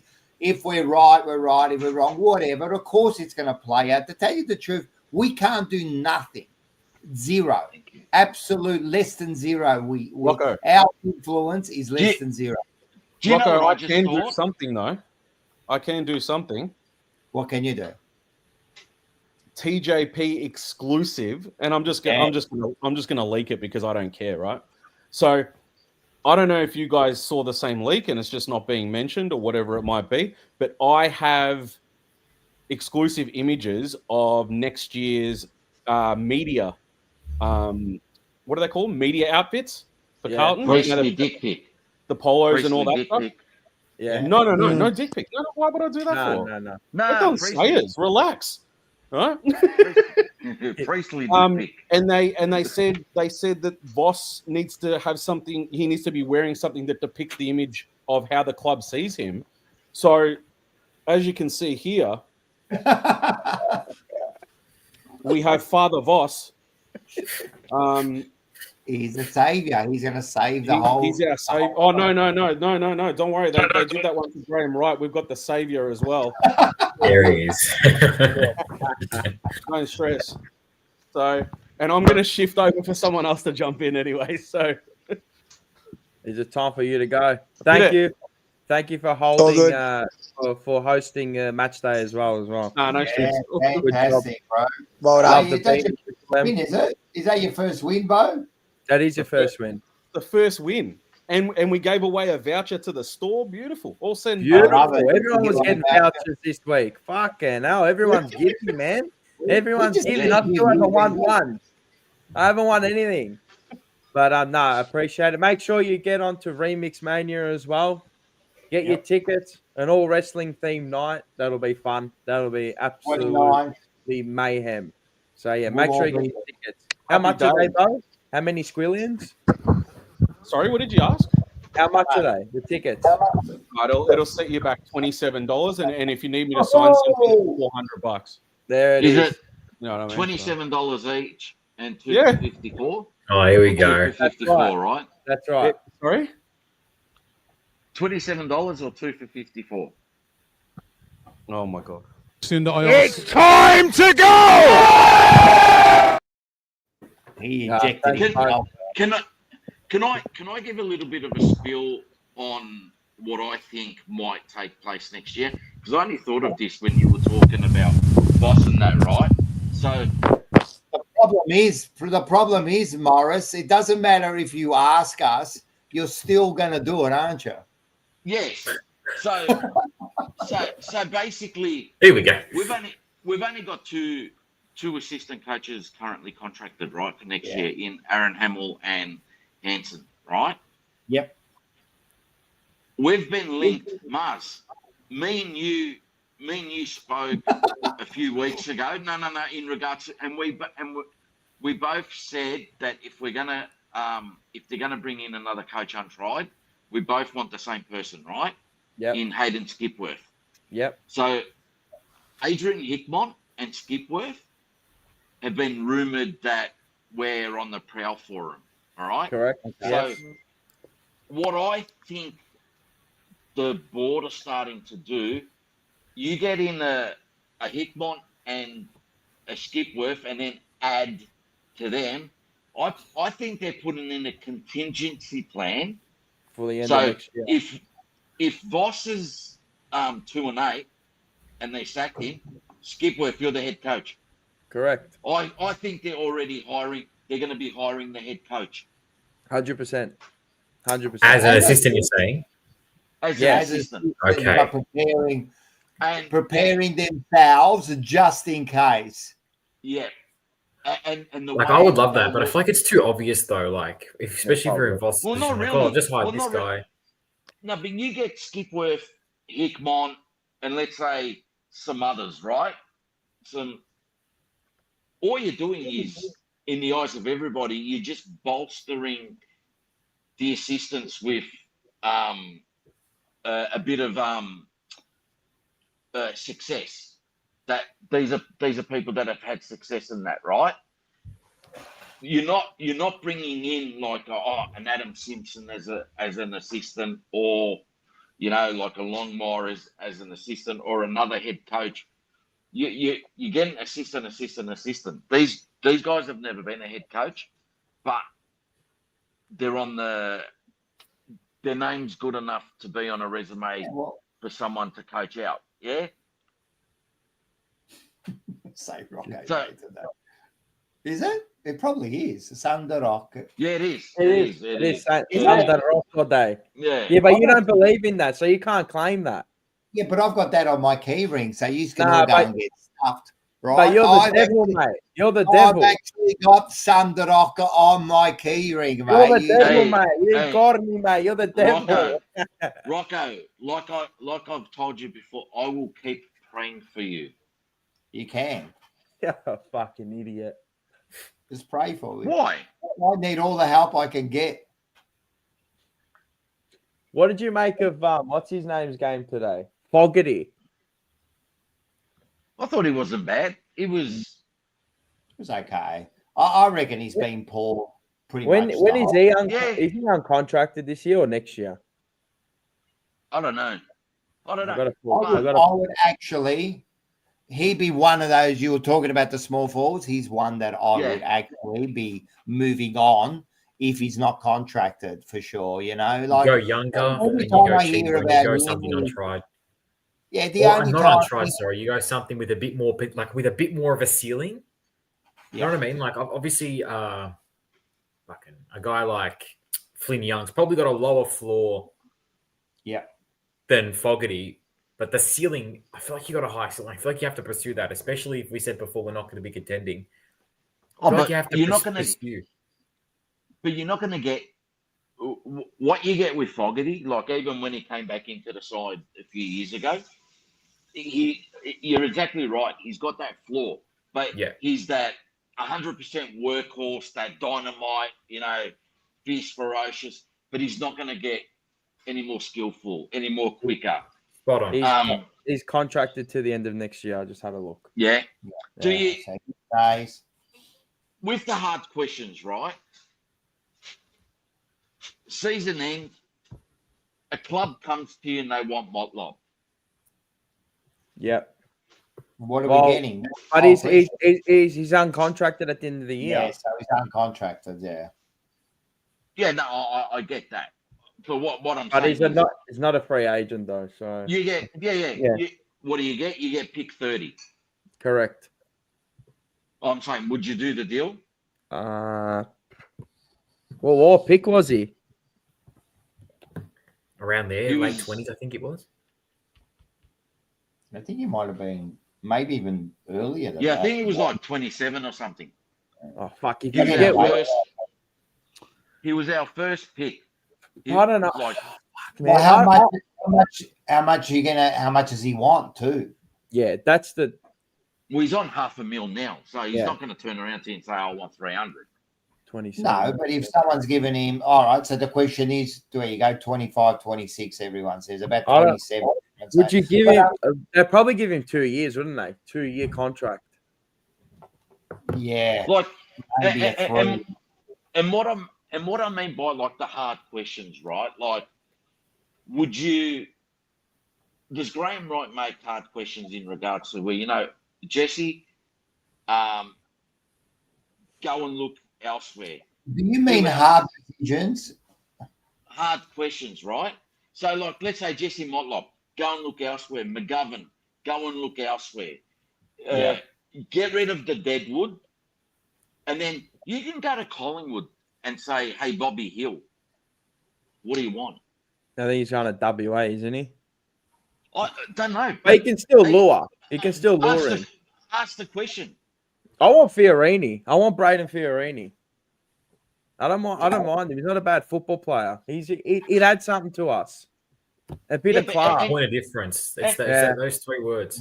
It is an interesting question. It is an interesting question. I mean, because we have got 5 or 6 small forwards, and we have to make a decision on 1 or 2 of them for sure. I don't know. Like what? Go, Mars. No. Go. That's fine. No, I was just going to say, like with, you know, like you mentioned Farini and that, and they're the type of players that I keep mentioning. They're not stars. No, we need them. Yeah, but they're players that play a role. Correct. And, you know, and I keep reverting to the Jurgen Klopp days at Liverpool, where he built a side around need, and he made them into world-class footballers. And even like you look at some of our players, like we were talking before about Jack, does he have the right to do this, and do they have the right to do that? Sometimes for us to be successful as well too, all right, you need to sacrifice your game. Of course. For the better of the side, right? Like how many strikers in the overseas, you know, like in world football, are strikers, but they're playing a false nine. I think the position. I reckon that's a good analogy for Cripps today. Yeah. Yeah. Because I feel even last year when we were going really, really well, he won the Brownlow, obviously won the Brownlow. I feel like last year when we were going really, really, really well, you had guys stepping up around him. You had guys actually stepping up. Even in 23, you had guys stepping up around him. Yes, obviously he was his incredible self. I don't want 36 or 35 from Cripps a game. Give me 20, give me some clearances, give me the leadership, and just give me consistency through 4 quarters. And you know what? The rest will take care of itself. Yep. Yep. I was happy with today's game. That was a good game by Cripper. He wasn't the best on ground, but he was important to us. He went forward. Did he kick 2 goals or 1 goal? 2 goals. Mate, Exactly. A little bit of icing on the cake. Yep. That was Instead nice. of being the whole cake. You know what I mean? Like, it's just... Walsh coming in definitely helped out there. Absolutely. You know, like, Absolutely. We've said, you know, it's not that we didn't want him to play because he's not good. We didn't want him to play, obviously, because we know that if we can get this consistently and get a point of difference in our team consistently, that's why Jacob was drafted anyway, as a point of difference. So I feel like for us, it's about we're going to stick with Voss, right? We have to kind of balance our contested game, our, you know, I guess not the cleanest football with the point of difference. That's why I feel like I want to see a little upgrade on our wing, a little upgrade on the half forward, get the 100%. point of difference going, and have that with a stable contested game, with a stable, you know, a midfield game, and you can go from there. We definitely have to, the wing position, definitely, because you think about it, they're putting Haynes in there, so they definitely don't know. I know, and it's Ollie Hollands. It just is. I believe it's Ollie Hollands, yeah. And I believe the other wing, we've got a couple of young kids. Still, though, I reckon... You go. You know what I reckon is that if he comes back and he comes out all good, Nick Newman, when he comes back, I think that might allow Ollie Hollands to go back onto the wing. 100%. Yeah. But maybe they won't put him back on the wing. But maybe not, because maybe they won't put him back on the wing. He was. They said out that he was going to play half back while Newman was training. Yeah. So Newman, without getting hurt, was going to be in that side with Ollie as a defender.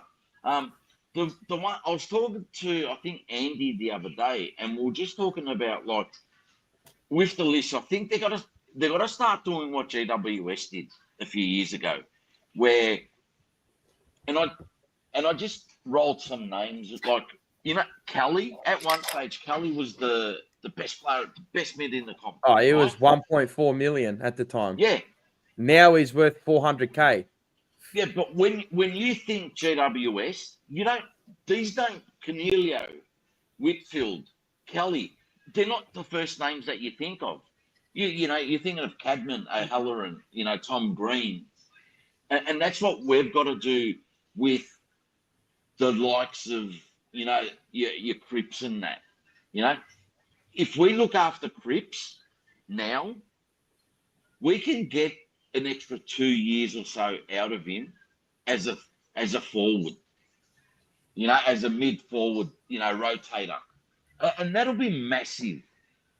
That'll be massive for us, because. Well, I think that's what think that's what we're doing right now.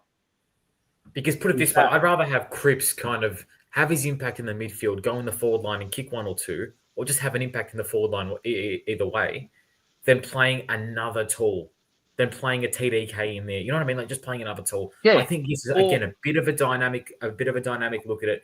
Gives the opposition something to think about with Cripps as well. Say if they want to put someone on him and something like that.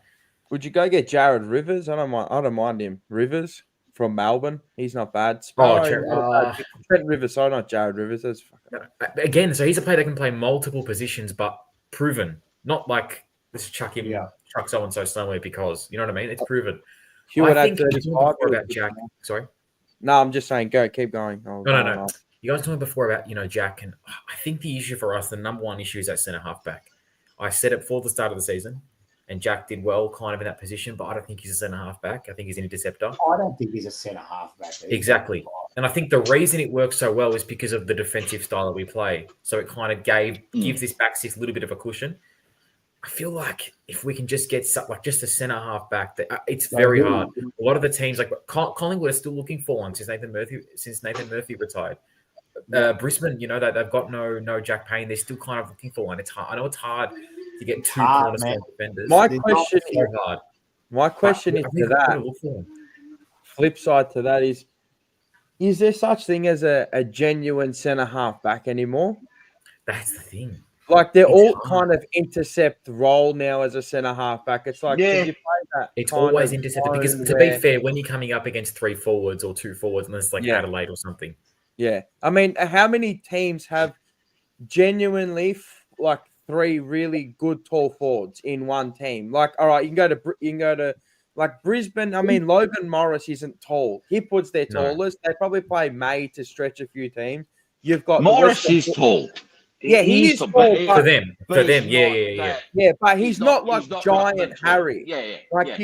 You go to Western Bulldogs. You got Darcy. You got Norden, and then after that, who else is there?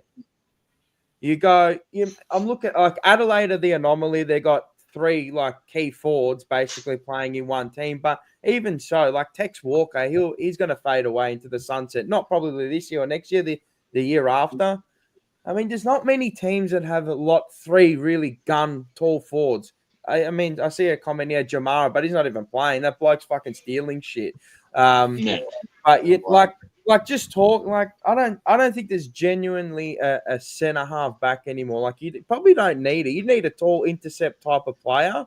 But I don't know. Like I would have stability because I agreed. Just stabilize it because you look at the top teams like Hawthorn have got Battle and Sicily and but they can play like Scrimshaw through there. Scrimshaw, well. Yeah, that's the thing. Someone like Scrimshaw is I think what we need. Someone like that, not necessarily like a literal another leadering at centre half back. No, you can't have someone like Scrimshaw that can come in because Hawthorn have got Battle and Sicily. Battle and Sicily, they're used 60-40, maybe 50-50 between offensive and defensive. You look at the top teams. Collingwood have got Darcy Moore, Adelaide. Adelaide's defense is a prime example of it, actually, when you think about it.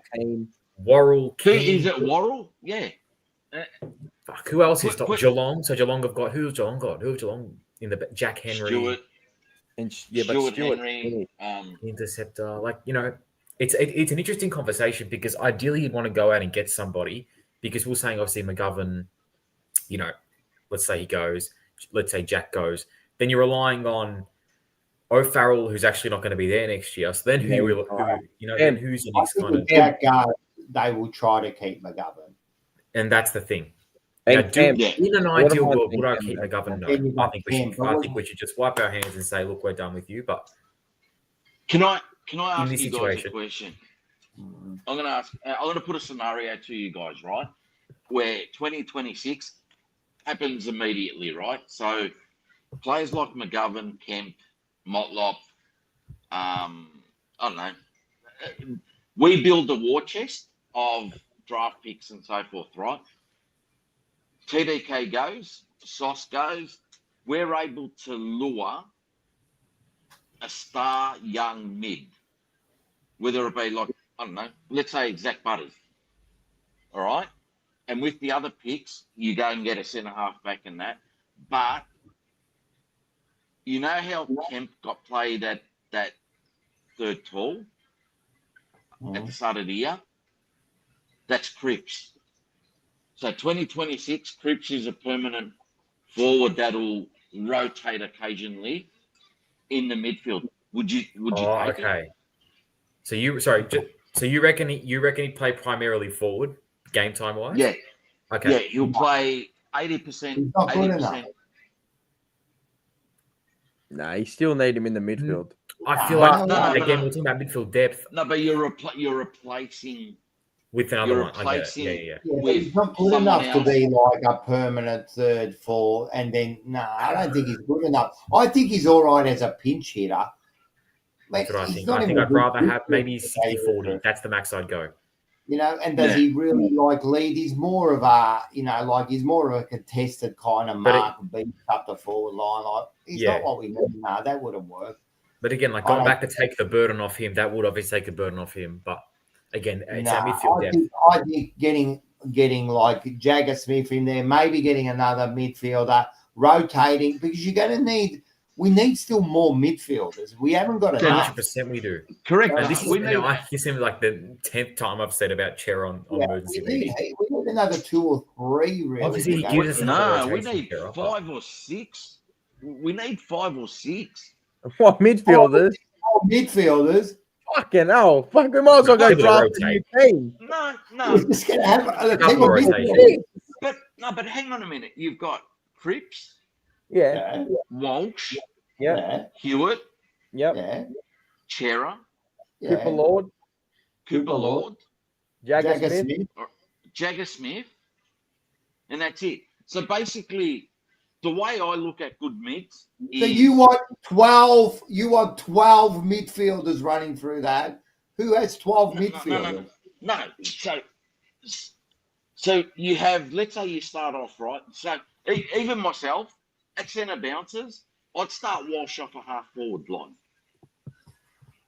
Yeah, In an ideal world, if we had midfield running rotations, I'd agree. But what I'm saying is you need 8 to 10 mids because you need your first 4. Which is another couple. It's not No, 6 more. No, but what I'm saying is as well too. I'm talking future as well too, Rock. Yeah. Hewitt's 30. Cripps is. Don't forget Motlop. Yeah, he's Brownlee. He's going to win the Brownlee. Listen, at the end of the day, if just say everything goes well, injury free, they're just playing, we can get our game plan style going where, like Jagger Smith and Walsh are free and they're open, and then we got Cooper Lord and Hewitt and the Cripper in there. If we could get another one in there, like a quality, if we could get like a Butters in that side, right? Would you go get him? Let's say we get another high quality midfielder and then maybe another junior that kind of runs. And that's a pretty good midfield all of a sudden. Then you're looking at some high quality. Well, the question I've got to ask is this. Did you like TDK and O'Keefe? Imagine them two if TDK stays. I think that's a fair ruck duo then. Or would you prefer Pitternet in there? Oh, Hudson O'Keefe. And did you think TDK was helped today by O'Keefe? 100%. I believe Hudson O'Keefe is starting. He's still raw behind the. Yeah. Don't get me wrong. But he can hold his own. And I kind of agree with Andy where the drums are starting to beat that TDK is going to stay, and it scares me, right? Because I don't think so. I genuinely don't think he's staying. He's gone. I think he's playing good now speaks to his inconsistencies, I think, as a player as a whole.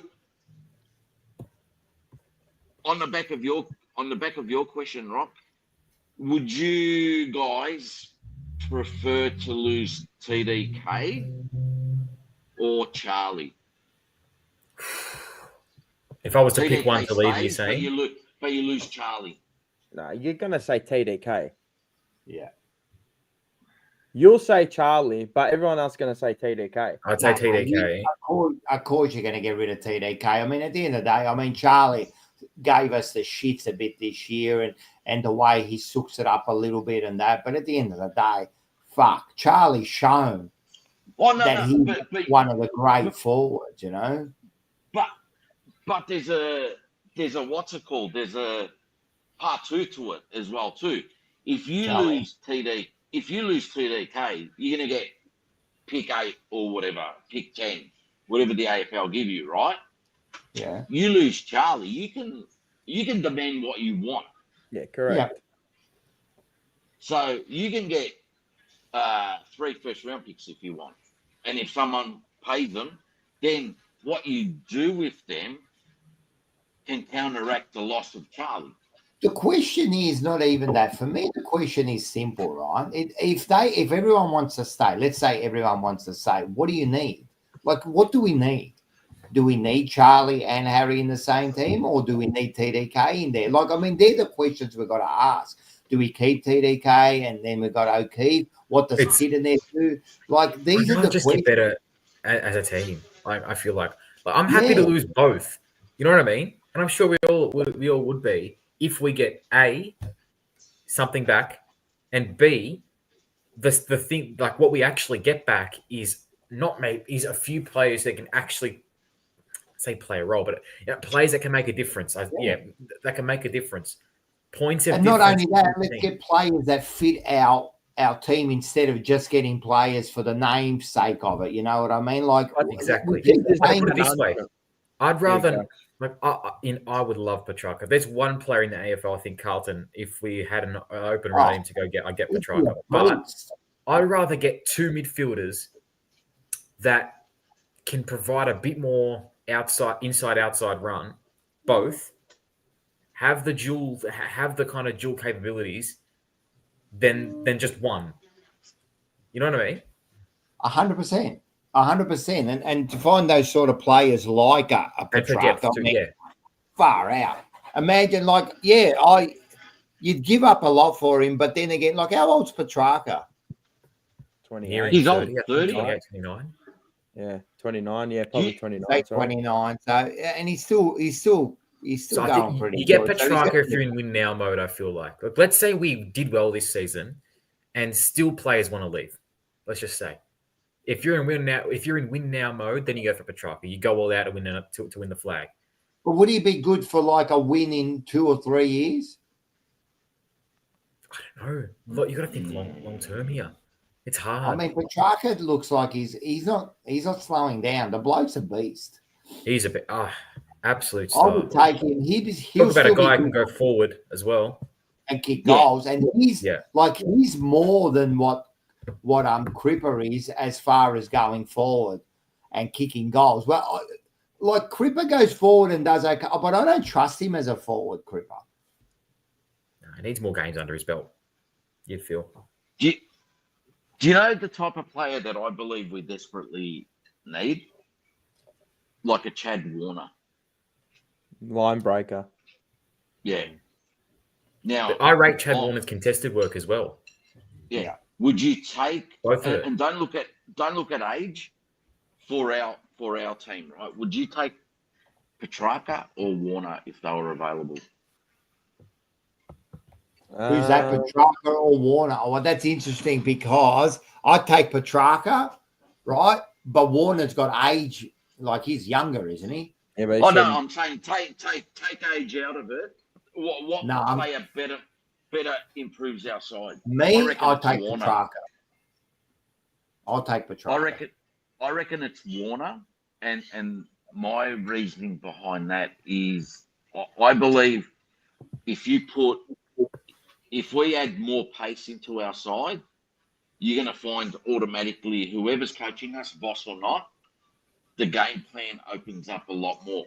But whilst we've got players that aren't so skillful and fast and that's why we need to play that more of that contested footy. Johnny. Who got here? Evening, boys. Carlton. How are you? Very well. I met Michael Voss earlier today at the ground. I just wasn't sure whether you...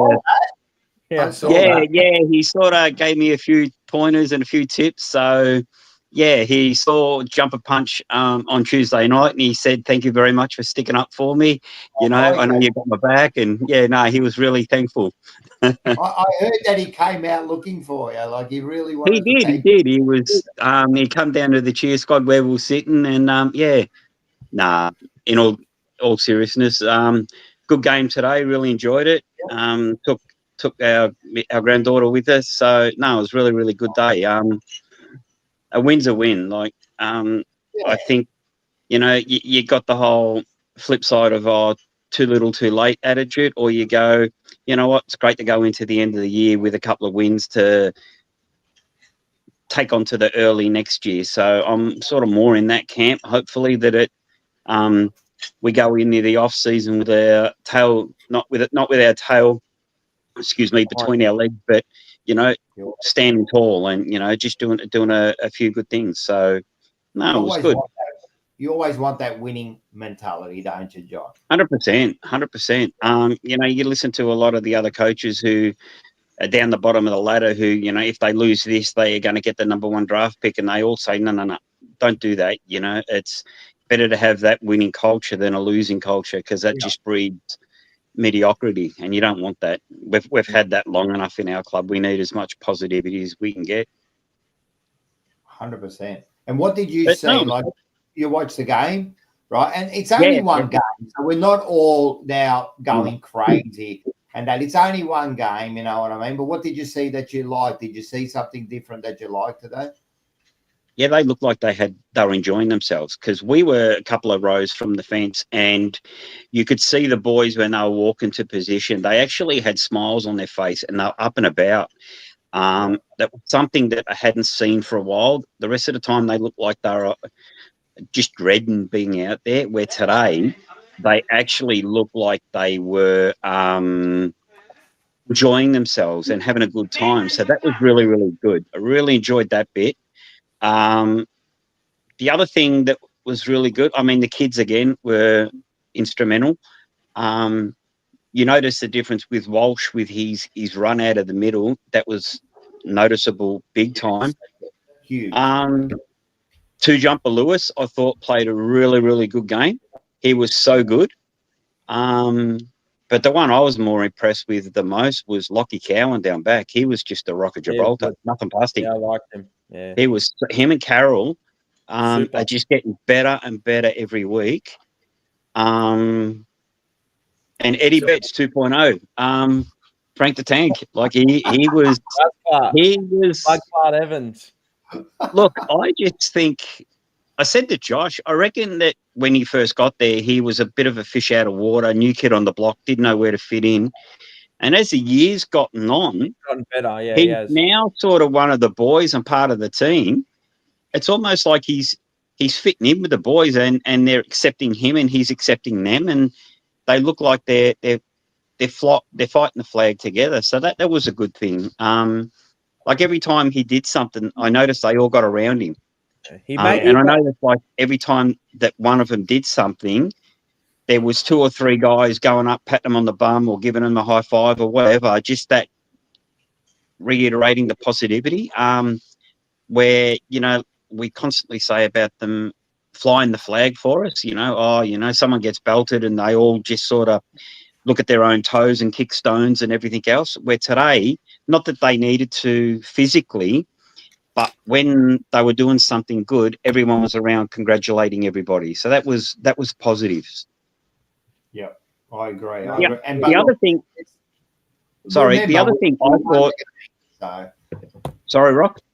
We won from the first bounce, so that does make it a bit easier to be a bit more positive. So you've got to kind of take that into account too. I want to see that when we're down or when we're behind, but you're right. All signs today were positive, yeah. Yeah. The other thing, I don't know whether the stability of the decision last week had anything to do with it, because they just looked like they had that burden was off their shoulder. Like I've been in businesses where you don't know whether you're going to get the sack or you're going to keep your job on Monday, and you don't know what you do, and it's all consuming in your head. And you tend to sort of not care. You tend to make mistakes. You tend to have a I don't give a fuck attitude because, I'm probably not going to be here next week. They're going to sack me. So hopefully, reading between the lines, hopefully that's helped them sort of go, thankful that at least they know there's a little bit of stability, at least for next year or into the summer, at least, because we don't know, especially with the wording, into 2026, is that into round 1 or is that into round 23? So, look, I'm hoping it's that from what we heard and what we saw. But yeah, who knows? The one thing I do not underestimate how much Walsh did to that team today. Like that was, you could see it from the first bounce. It just freed up a few people. His run and carry was pretty strong today. So I think not that we forgot, but we did kind of forget a little bit how good this kid is, like how good he is. Yeah. So they were playing walking football today, Port Adelaide. They were in even people genuinely. You could go to like a wheelchair like basketball game. They were moving faster than them. They were horrible, man. And while the run and carry that he had, he made him look stupid. Snapper. Hey, how we going, gents? How are we? What are you doing? Just driving, working. Oh, you just summed it up, Mars. You can read a lot into Carlton, but you can also go, did Port Adelaide fucking turn up? Did they just go with the motion and go, one more game and that's it, we're done for the year? Like, I know what I saw, and that was Port Adelaide could not have been asked to fucking be out there today. But at the same time, our boys did well. Like, the pressure, the game plan looked different. It was run and carry, handballs, chains of handballs. Well, at one point, we looked like Hawthorn. Just handball, overlap. I thought, geez, Vossi, it took you until the second last game of the year to figure out that that's how you've got to play week in, week out. We can run out the game. We ran it out. I'm like, so you've got it in you.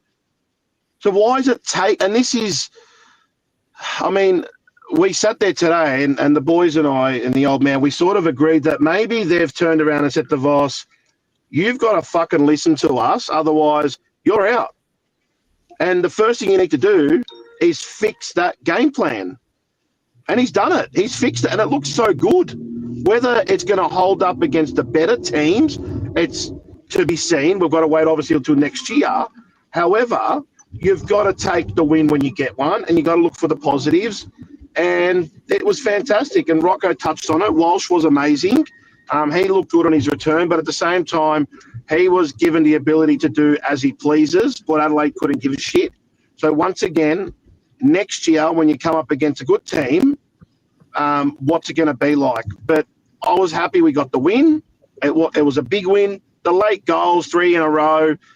You could sort of say, who cares? But at the same time, you don't want it to happen. But I can guarantee you one thing: next week against Essendon, they're not going to get that freedom they had tonight to run and spread and carry and do as they please. I think Essendon will tighten that ship up. But no, I was happy. The young kids played well. Shouted for Cooper Lord. I think he deserved to finish off the season next week, but concussion. The big thing for me after the game, I sort of said to the old man, these kids have shown a lot. The only issue I've got is we've got a lot of senior players coming back from injury. Will they get dropped? And if it was me, you've got to prove yourself to get into the team. Just because you're Nick Newman doesn't mean you're going to get started in the best 23. No, you've got to prove it. I don't want these big name players to just walk straight into the team. No, back to the VFL and show your worth. That's how Carlton's got to be. He probably will. I agree, but I think Nick Newman has proved that. Like, if he's ready, he can check it out. So Nick Newman, I do get what you say with the others. There has to be selection integrity in the others, yeah, for sure. I used his name, Rocco, just because he's the only one that I could think off the top of my head. But Nick Newman, absolutely, we need him. So, but the others, I probably shouldn't have mentioned him. But the others, the walk in, and honestly, I said it, mate. If the Hawk stays fit and can play forward and ruck, fucking get rid of Curnow. Let him go. Let him walk. Go get the picks. Free up the salary cap and go for a big fish who can run through the midfield like a Zach Butters. Because I can tell you what, the Hawk, geez, he can ruck, he can take a mark, he can kick a goal, and he's not lazy. So you've got to, I mean, a lot of people might disagree with that, but you know what? I couldn't give a shit. I couldn't care because Curnow, you look at him this year, he's had a bad season, injuries and whatnot, but I look at the Hawk and I go, ruck around the ground. He's not lazy. For one game though, or 2 games. No, I know that. I know, but the whole Curnow talk. If he wants to leave to get away from the media in Melbourne and go to Gold Coast, see you later, mate. I'll take you to the airport for free, and we'll go after a big fish who wants to be at Carlton. If he doesn't want to be there, arrivederci, mate. Fucking see you later, mate. Go. The one thing I will agree with you there, definitely agree with you. If you don't want to be there, I mean, this is what they've got to decide now. People like TDK, Curnow's been mentioned. I don't know how real that is, but let's say Curnow, TDK, Jack. Let's be serious. They've got to all get together. This is what we want. This is what we plan to do in the next few years. Do you want to be a part of it? Yes, no, and keep the ones that want to be there, and the ones that don't want to be part of this plan. Well, move on. Look, sorry to cut you off, Rocco. I've got to jump off because I'm working at the moment. I just wanted to say, when you said about TDK and Silvagni, the question I would love to ask Graham right now is, I can understand about TDK, but why does Silvagni want to leave? And that's the question I want as a member answered, because that will tell us a lot about the football club. That's the only question I've got for him. Why does Silvagni want to leave? What has gone wrong at the club? TDK, I can understand the money. I don't blame him. Fucking if someone offered me that much money to go work for them, I would too. But Silvagni, that's the big one for me. And the problem is with O'Farrell not available next year, and McGovern, I heard earlier you guys saying about McGovern. If he doesn't want to stay either because he's not happy they haven't offered him a contract yet, why is Silvagni wanting to leave if the money isn't the problem? Is it the culture? Is it the coaches? Is it the coach? I want that answer. So, but that's what I'll leave you with you boys, because I've got to head off for work. It's time to go! Yeah, I got you this week, Snapper. I thought Funny. you could escape it, I got you this week. That's You interesting. motherfucker. I got you, Bumba Clad. I clarded you right up. But that's interesting about O'Farrell not being there. So that's true. If he was there next year, it would be a different scenario with McGovern and all that. But he's not going to be there. So the one thing I'd say to Snapper, like the thing with Silvagni, no other club comes out and tells their members why players leave, like the real reason. No club's ever going to come out and go, oh, by the way, guys, Silvagni left because he couldn't get his own way because of blah, blah, blah, blah, blah, and he had a fight with XYZ because I erased his NBA 2K fucking player profile, which was a $30,000 player or whatever. No one's ever going to come out and tell you the real reason. Like corporations and companies, professional companies, don't do that. The only way you're ever going to find out why Silvagni ever left is if, and I mean a big if, in 20 years' time, he writes a book and does a tell-all. That's the only way you're ever going to find out. I think happen. No, it won't, and you're right. But I think with Silvagni, the problem is with Silvagni is different to any other player at our club because he's a third generation, because he's stated that he loves the club and he would never leave. And then all of a sudden he changes his mind. I know they're not going to tell us, but it hurts the members to know that Silvagni wants to leave. Like, and if he wants to leave, why does he want to leave? You know, like if everything's okay, the money's okay, the contract's okay, and he wants to leave, it's just a different. It'll be like Dacos wanting to leave Collingwood.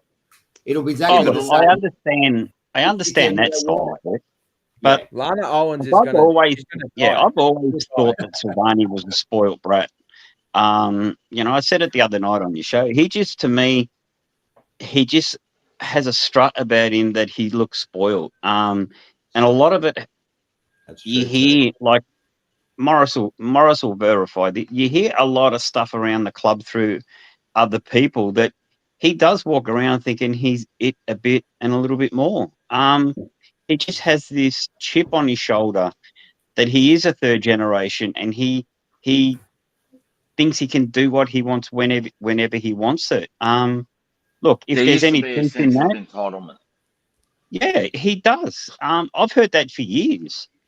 Like, I heard that like 6-7 years ago, and you know, you read between the lines with what Doc says. I'm not going to miss your positivity in team meetings and everything. That just means someone that's not invested in it, you know, because he's just he panders him. So look, it's all second.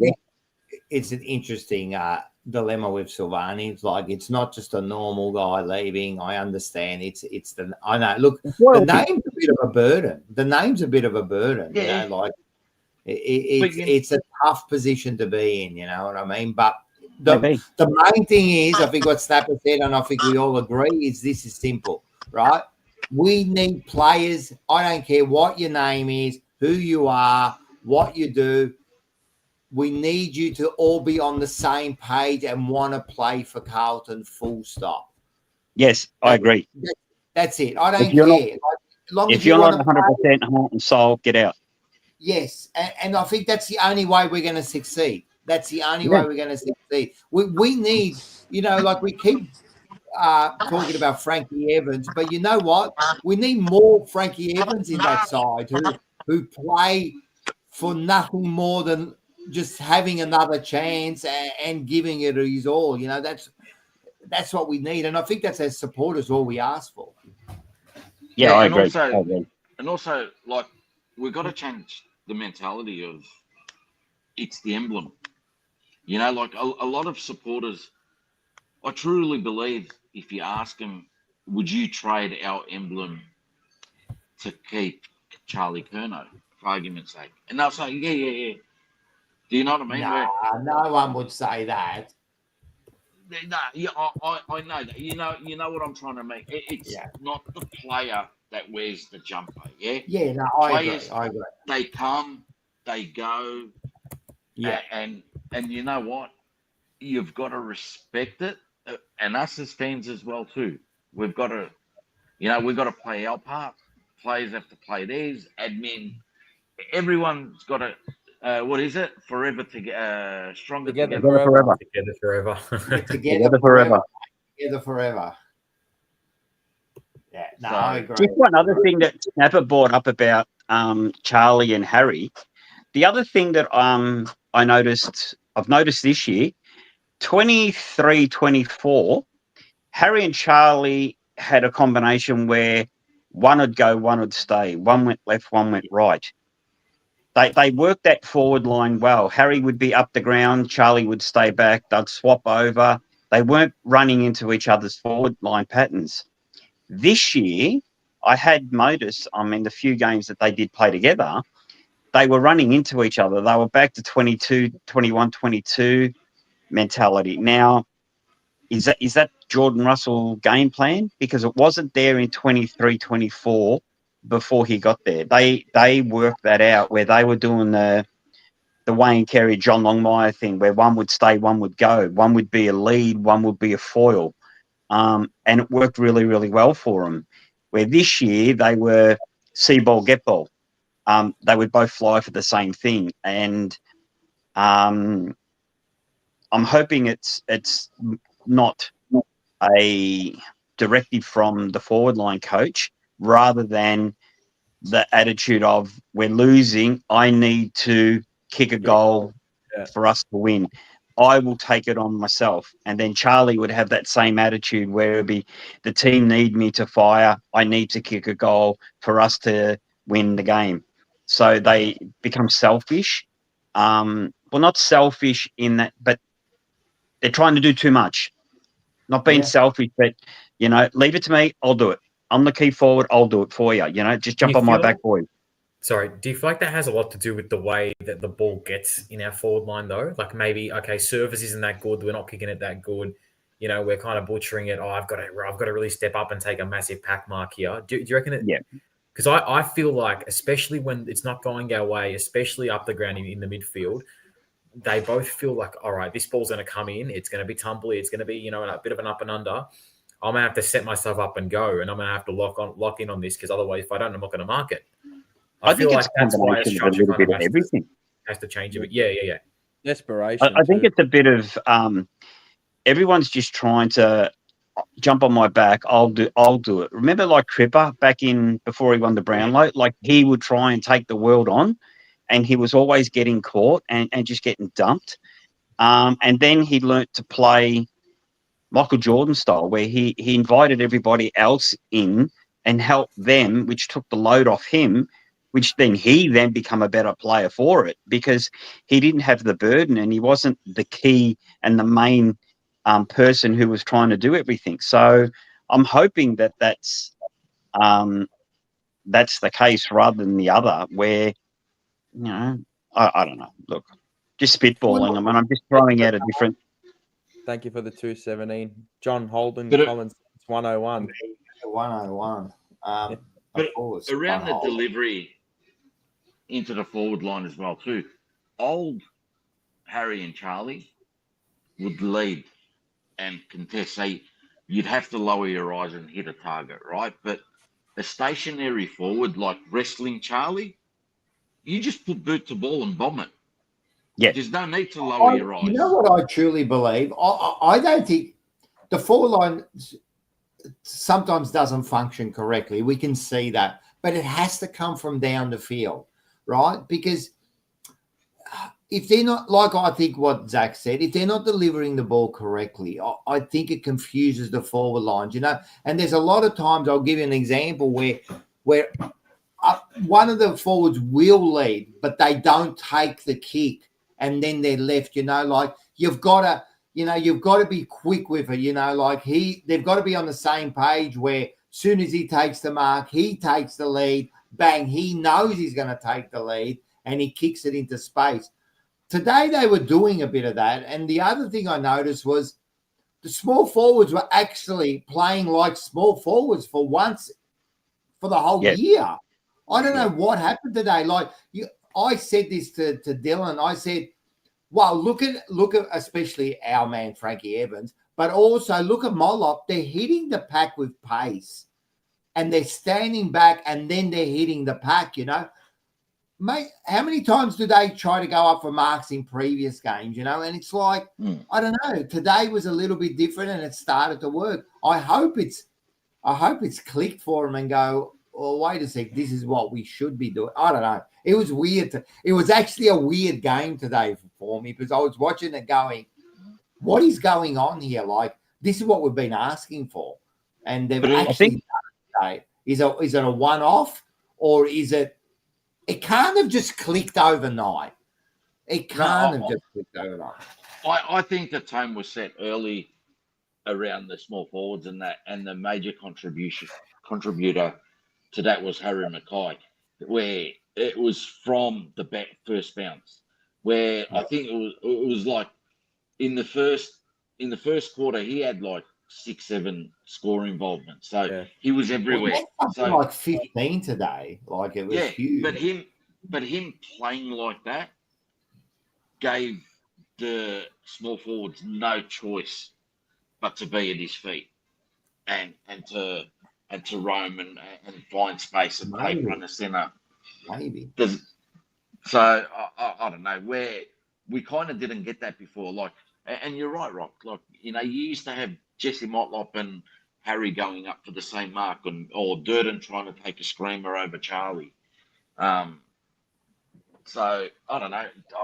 And Nick says, I don't know your surname, but Nick says, you're right, Rocco. And it's not because of that, but he says, if they were a bit tidier and didn't go for that one extra handball, it would be better. And that's true. And if you speak to forwards, and I've spoken to a few forwards in the past, as you know, that they would say that the most frustrating thing was for them was when they would do that extra handball and their lead would go to waste, you know what I mean, instead of hitting them once, you know. And I think sometimes we either give that extra handball when we don't need to. That's when the forward line starts to go in chaos. A lot of times, the first choice, you know, that's your best choice, man. And they were doing it today, even around the ground. How many times did they get the ball and handball it to the first player that was running by, you know what I mean? And that's what broke open the game. I'm a bit perplexed in today's game. Like, if they do this next week, it's going to leave me over the preseason not knowing what's going on. Is it really? Because you versed the Port Adelaide who've mentally checked out. They didn't come off the plane. They didn't even board the plane. I agree. Yeah. All credit to us for playing a front half game. It's probably our best front half game since last year or Geelong, to be honest. And then you're going to be versing a VFL, like straight VFL team next week in Essendon. Yeah, I know that they've been given some good efforts and blah, blah, we blah. were getting punished by these sides, Mars, not long Yeah, ago. I know. Right? But, mate, did you see what happened to Port Adelaide for the past 5 weeks? They've been terrible. Battered. They've been battered till at the post. But Mars on that as well, too. We didn't win by 8 points. No, I know, and this is. I'm not taking anything away from the win. No, I'm not. I'm genuinely not taking anything away from the win. I thought they were brilliant today. They pulled their pants down from start to finish, and they never let them get it back up. But I'm not getting like blindsided. There's no smoke screens here. Like, players did what they had to do today. That's how you should be playing football. You're not going to get it like that every single week. No. But when it's your chance to go and take your opportunities, that's how you got to play football. Yeah. I mean, like, Sam Walsh comes in, he sets the tone straight from the word go. Yeah. Like, it's forward. We're just going forward, forward, forward. That's it. The amount of times where he should have 40 touches, to be honest. Like, he was screaming for it on the end of change and go again. Like, it was everywhere. 70% game time. George Hewitt, I thought he was brilliant. He allowed Cripps to go up forward as well, which I think we should do more of. When Cripps and Hewitt are on the field, and you've got, obviously we haven't been allowed to do that with Walsh being out, but even having the trust in the midfield group with Lord, Hewitt, and Chera, or who else, or Hollands through there, you've never seen Cooper Lord, you know, and allowing Cripps to go up forward and pinch it up there, you know, he can kick maybe 1 or 2 in a game if he's allowed to, because he's good aerially as well, and he's cleaned up his goal kicking. If he's directly in front, he more often than not, he'll kick it. If he's on the angle, he'll stray him left or right. But I'm not getting caught up in this. Look at us now, where this is. We still did the same. We still do the same thing, or did the same things as we did in the last 3, 4, 5 all year. Still bomb it long, top of the square when there's options left and right. I thought there was a nice kick. I think it was from maybe Wilson or Evans, as they were trying to make our forwards lead to the space. I was just going to say, the one thing I did notice today, they did have a little bit more of the best option, not just the full forward option. Yeah. When they were running out of the back and out of the middle, they were actually looking for other options today. They weren't just Harry focus. No. They actually did look for other players, which was a good thing. It was the first time in a long time I actually saw this group play team football, not key forward football. And you pull teams apart. Like, when you're playing like that and kicking to space and then going, geez, I have to pick up him. And it's not so Harry-centric, Charlie-centric. Oh, Cripps is just going to get it from the middle. There's other people that can do it. I mean, you're a team at the end of the day, and this is what we haven't relied on all year, is that we've just looked for individuals. And I don't know if you guys mentioned it already, because before I got on, there was a passage of play with Cooper Lord in the pocket where he got the ball over the top. I think it was from Ollie, kicked it over to him. He got it. He could have blazed away. He stopped, looked inside and hit up Cripper almost dead in front. And I just thought, play of the day. Absolute play of the day, because he could have just blazed away and just kicked it to the top of the square, but he stopped, he looked, went inside, and it was just perfect football. And it was like, oh, yeah, where has this fucking been all year? Like, and it's taken a kid to do it. Motlop did that, I think it was about 3 times, 2 or 3 times, where he'd look inside and go, I think he had like 3 goal assists or something. He should have had 3 shots at goal in front of goal, to be honest. Someone said that he got his head ripped off a couple of times. Mate, every week. Don't give me that bullshit, bro. The Wizard Watson, he does it every week. He gets the cheapest free kicks you'll ever see, mate.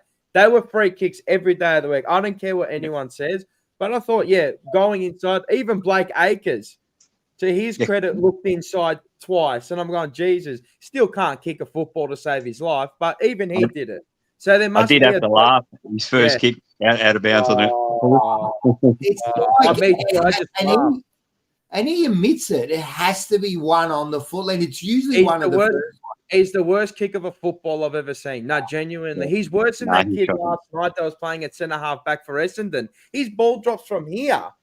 Yeah, it is horrible. But as a T-Rex, but I think maybe that was a bit of directive is maybe center it instead of going for goal from a pocket. You know, there are people there. If you can get out the back, there's going to be someone there. I thought Moya was good structurally as well. He doesn't give up. He always leads all day. He always presents, double back, go again, tries to find space. So, look, there's players to work with. There's something there. We know that there's something there. That's why we're frustrated. And we don't think it's the end. But, if you got to trade a little bit, you got to trade some really good players to maybe take 1 step forward to go 2 steps. No, 1 step back. I've done a Morris. 1 step back to go 2 steps forward. I mean, that's how it is. Maybe next year you're not gonna. It may not be as it seems. We might flip side it and go up the ladder. Who knows?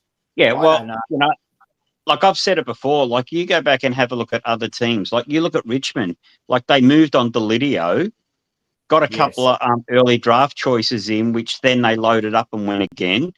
The Doggies did it with, I think it was Cal Ward. Like they offloaded Cal Ward and then loaded up and then went again. So Hawthorn did the same thing. So, if that means moving on a TDK or Anna Jack, and we get something for it that helps us in the future, like Rocco says, Rocco and I are both on this. I think we're all on the same page. It's that emblem that we wear on the front of our jumper is more important than the player or the number on the back. I don't give a shit who is. Look how much we love Frankie Evans now because he's showing what we want to see, and all of a sudden we love the kid, and that's all. Mate, that's all we care. We don't care about the big fucking arms, We care. Mate, we idolise Heath Scotland, and he was a scum. Yes, and he's now. It doesn't matter who you played for. Once you put that jumper on, you are Carlton, and you are loved by everybody. It doesn't matter what you did prior. 100%. Doesn't matter. Yeah, absolutely. Anyway, boys, I'm going to let you go. I'm going to go and I've got to feed me dogs because they're just driving me mad. So enjoy the rest. It's time to go. I hope everyone woke up after that. Thanks, Johnny. Love it. Always love he's been a double feature this week. Great. Him and Josh were great on Tuesday. Very good. Only Carlton. How are you? Are you on mute? Wait up. I'm getting off mute. Get off mute. No, that should be on his side. Yeah, mate. Can you hear me? Can you hear me? Good. No, we can't hear good. You. Yeah, good. There's no feedback or anything. Yeah, I've never actually used it. You're good. No, you're good. You're good. Cool. Yeah, I don't know. What do you guys think of the game? I haven't actually watched. I watched a little bit of you guys before, but what's the general consensus? Is everyone upset or what? Mars, go. I'm happy for the younger kids. I'm happy for I'm happy for Sam Walsh, to be honest. Fuck that bloke. He's a machine.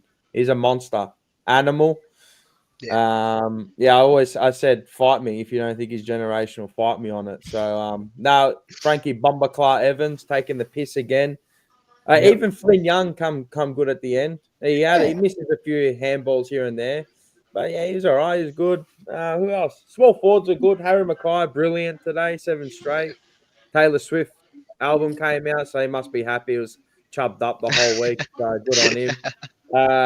That must have been. And he heard Taylor Swift at 3/4 time, so he couldn't believe his luck. He was in La La Land. He was in his world of, oh my god. But yeah, that's what I made. I thought they were brilliant today. I played a front half game, and yeah, I'm not going to go over the top, but they were brilliant for what they needed. So yeah. Yeah, of course not. No, look, it was a good game. We played all right, but again, the opposition wasn't exactly the best. You know what I mean? But we're not also the best as well. Correct. Right? Yeah. Like we're just literally we are Port. We're just Victoria. We're just Victorian Port. That's what we are. Yeah. Like we are 14th, 13th, 12th team. That's what we are. Yeah. And they are also a 12th, 13th, 14th. Let's be serious, man. Like that's where we are. But yeah, it was good to see. Do you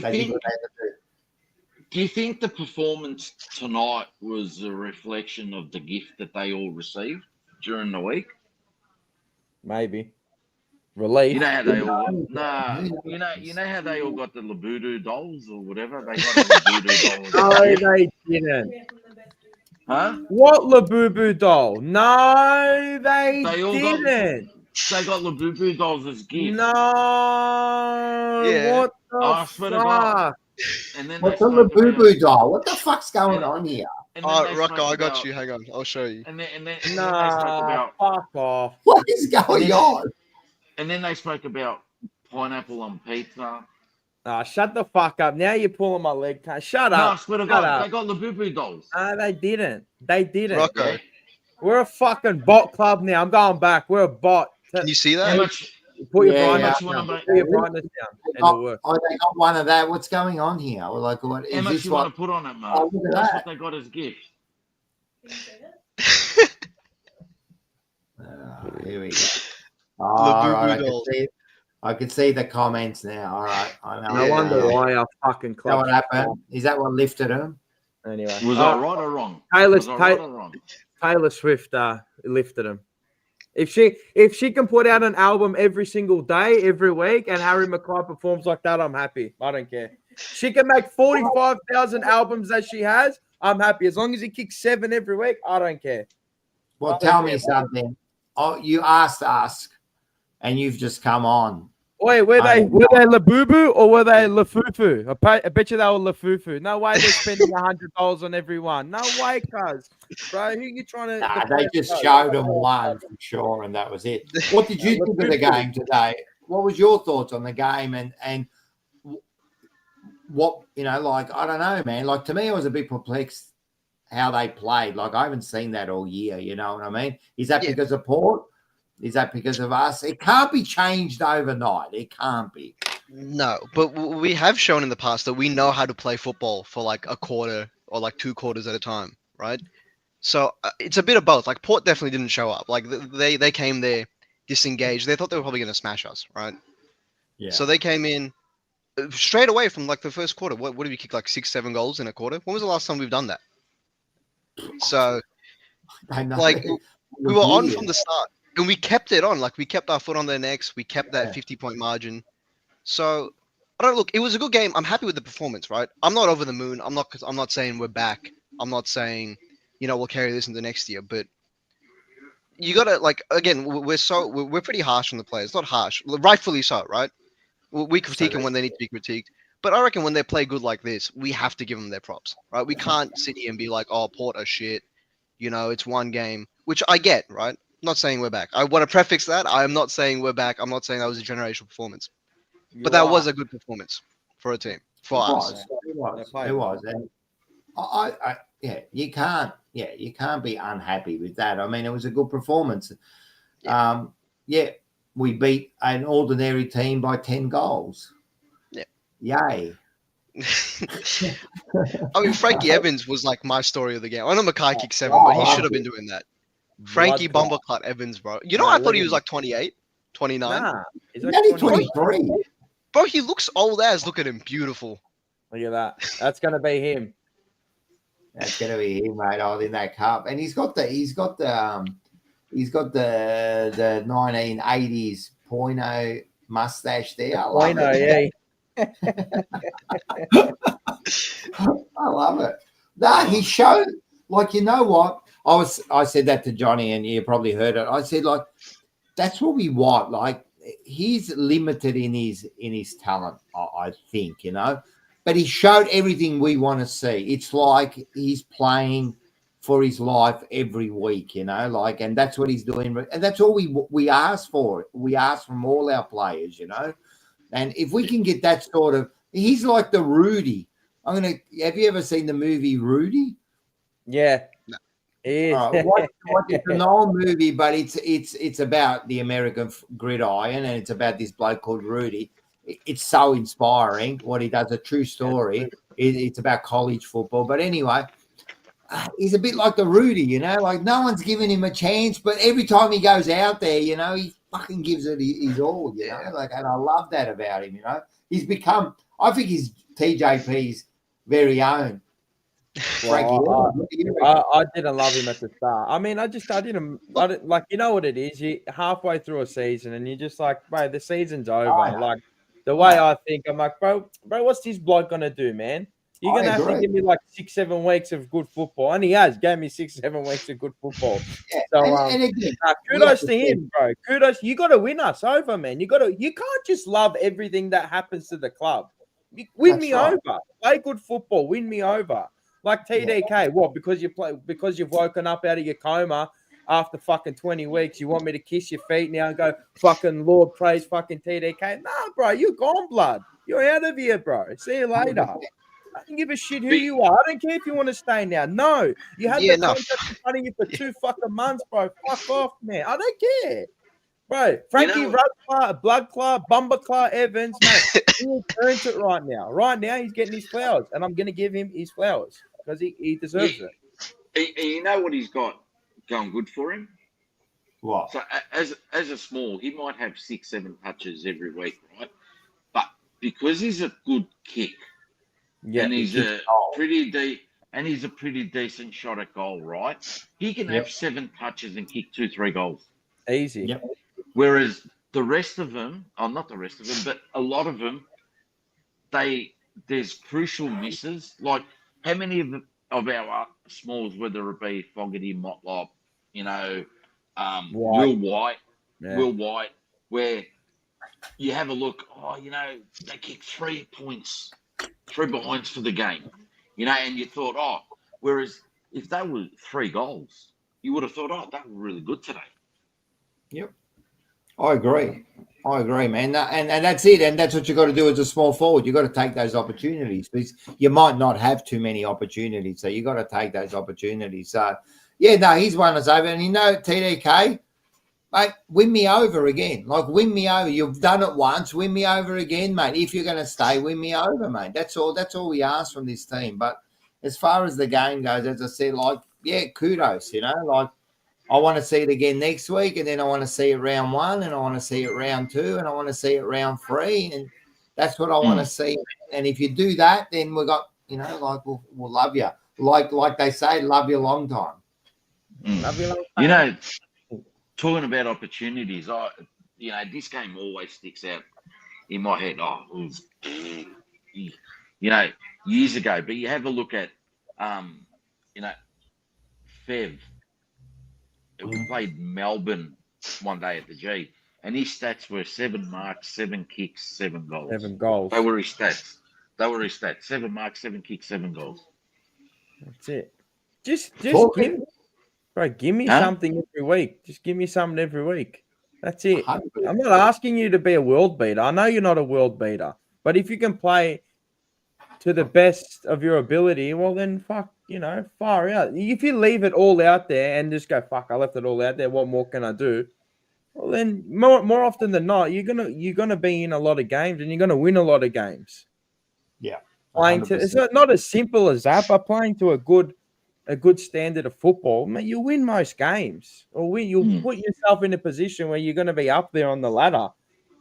And you fucking look at Adelaide, man. Like, look at Adelaide, bro. They're 17th to the first in a year. And you know what? I know they've been building, but still, fuck. That's what we want to see. We want to see effort. We want to see a slow build. We want to see improvement. That's one thing I haven't seen this year, And even after today's game, like, you haven't won me over anything, I want to see you won that. me over today, but not for the season. Good effort, yeah. You made me happy.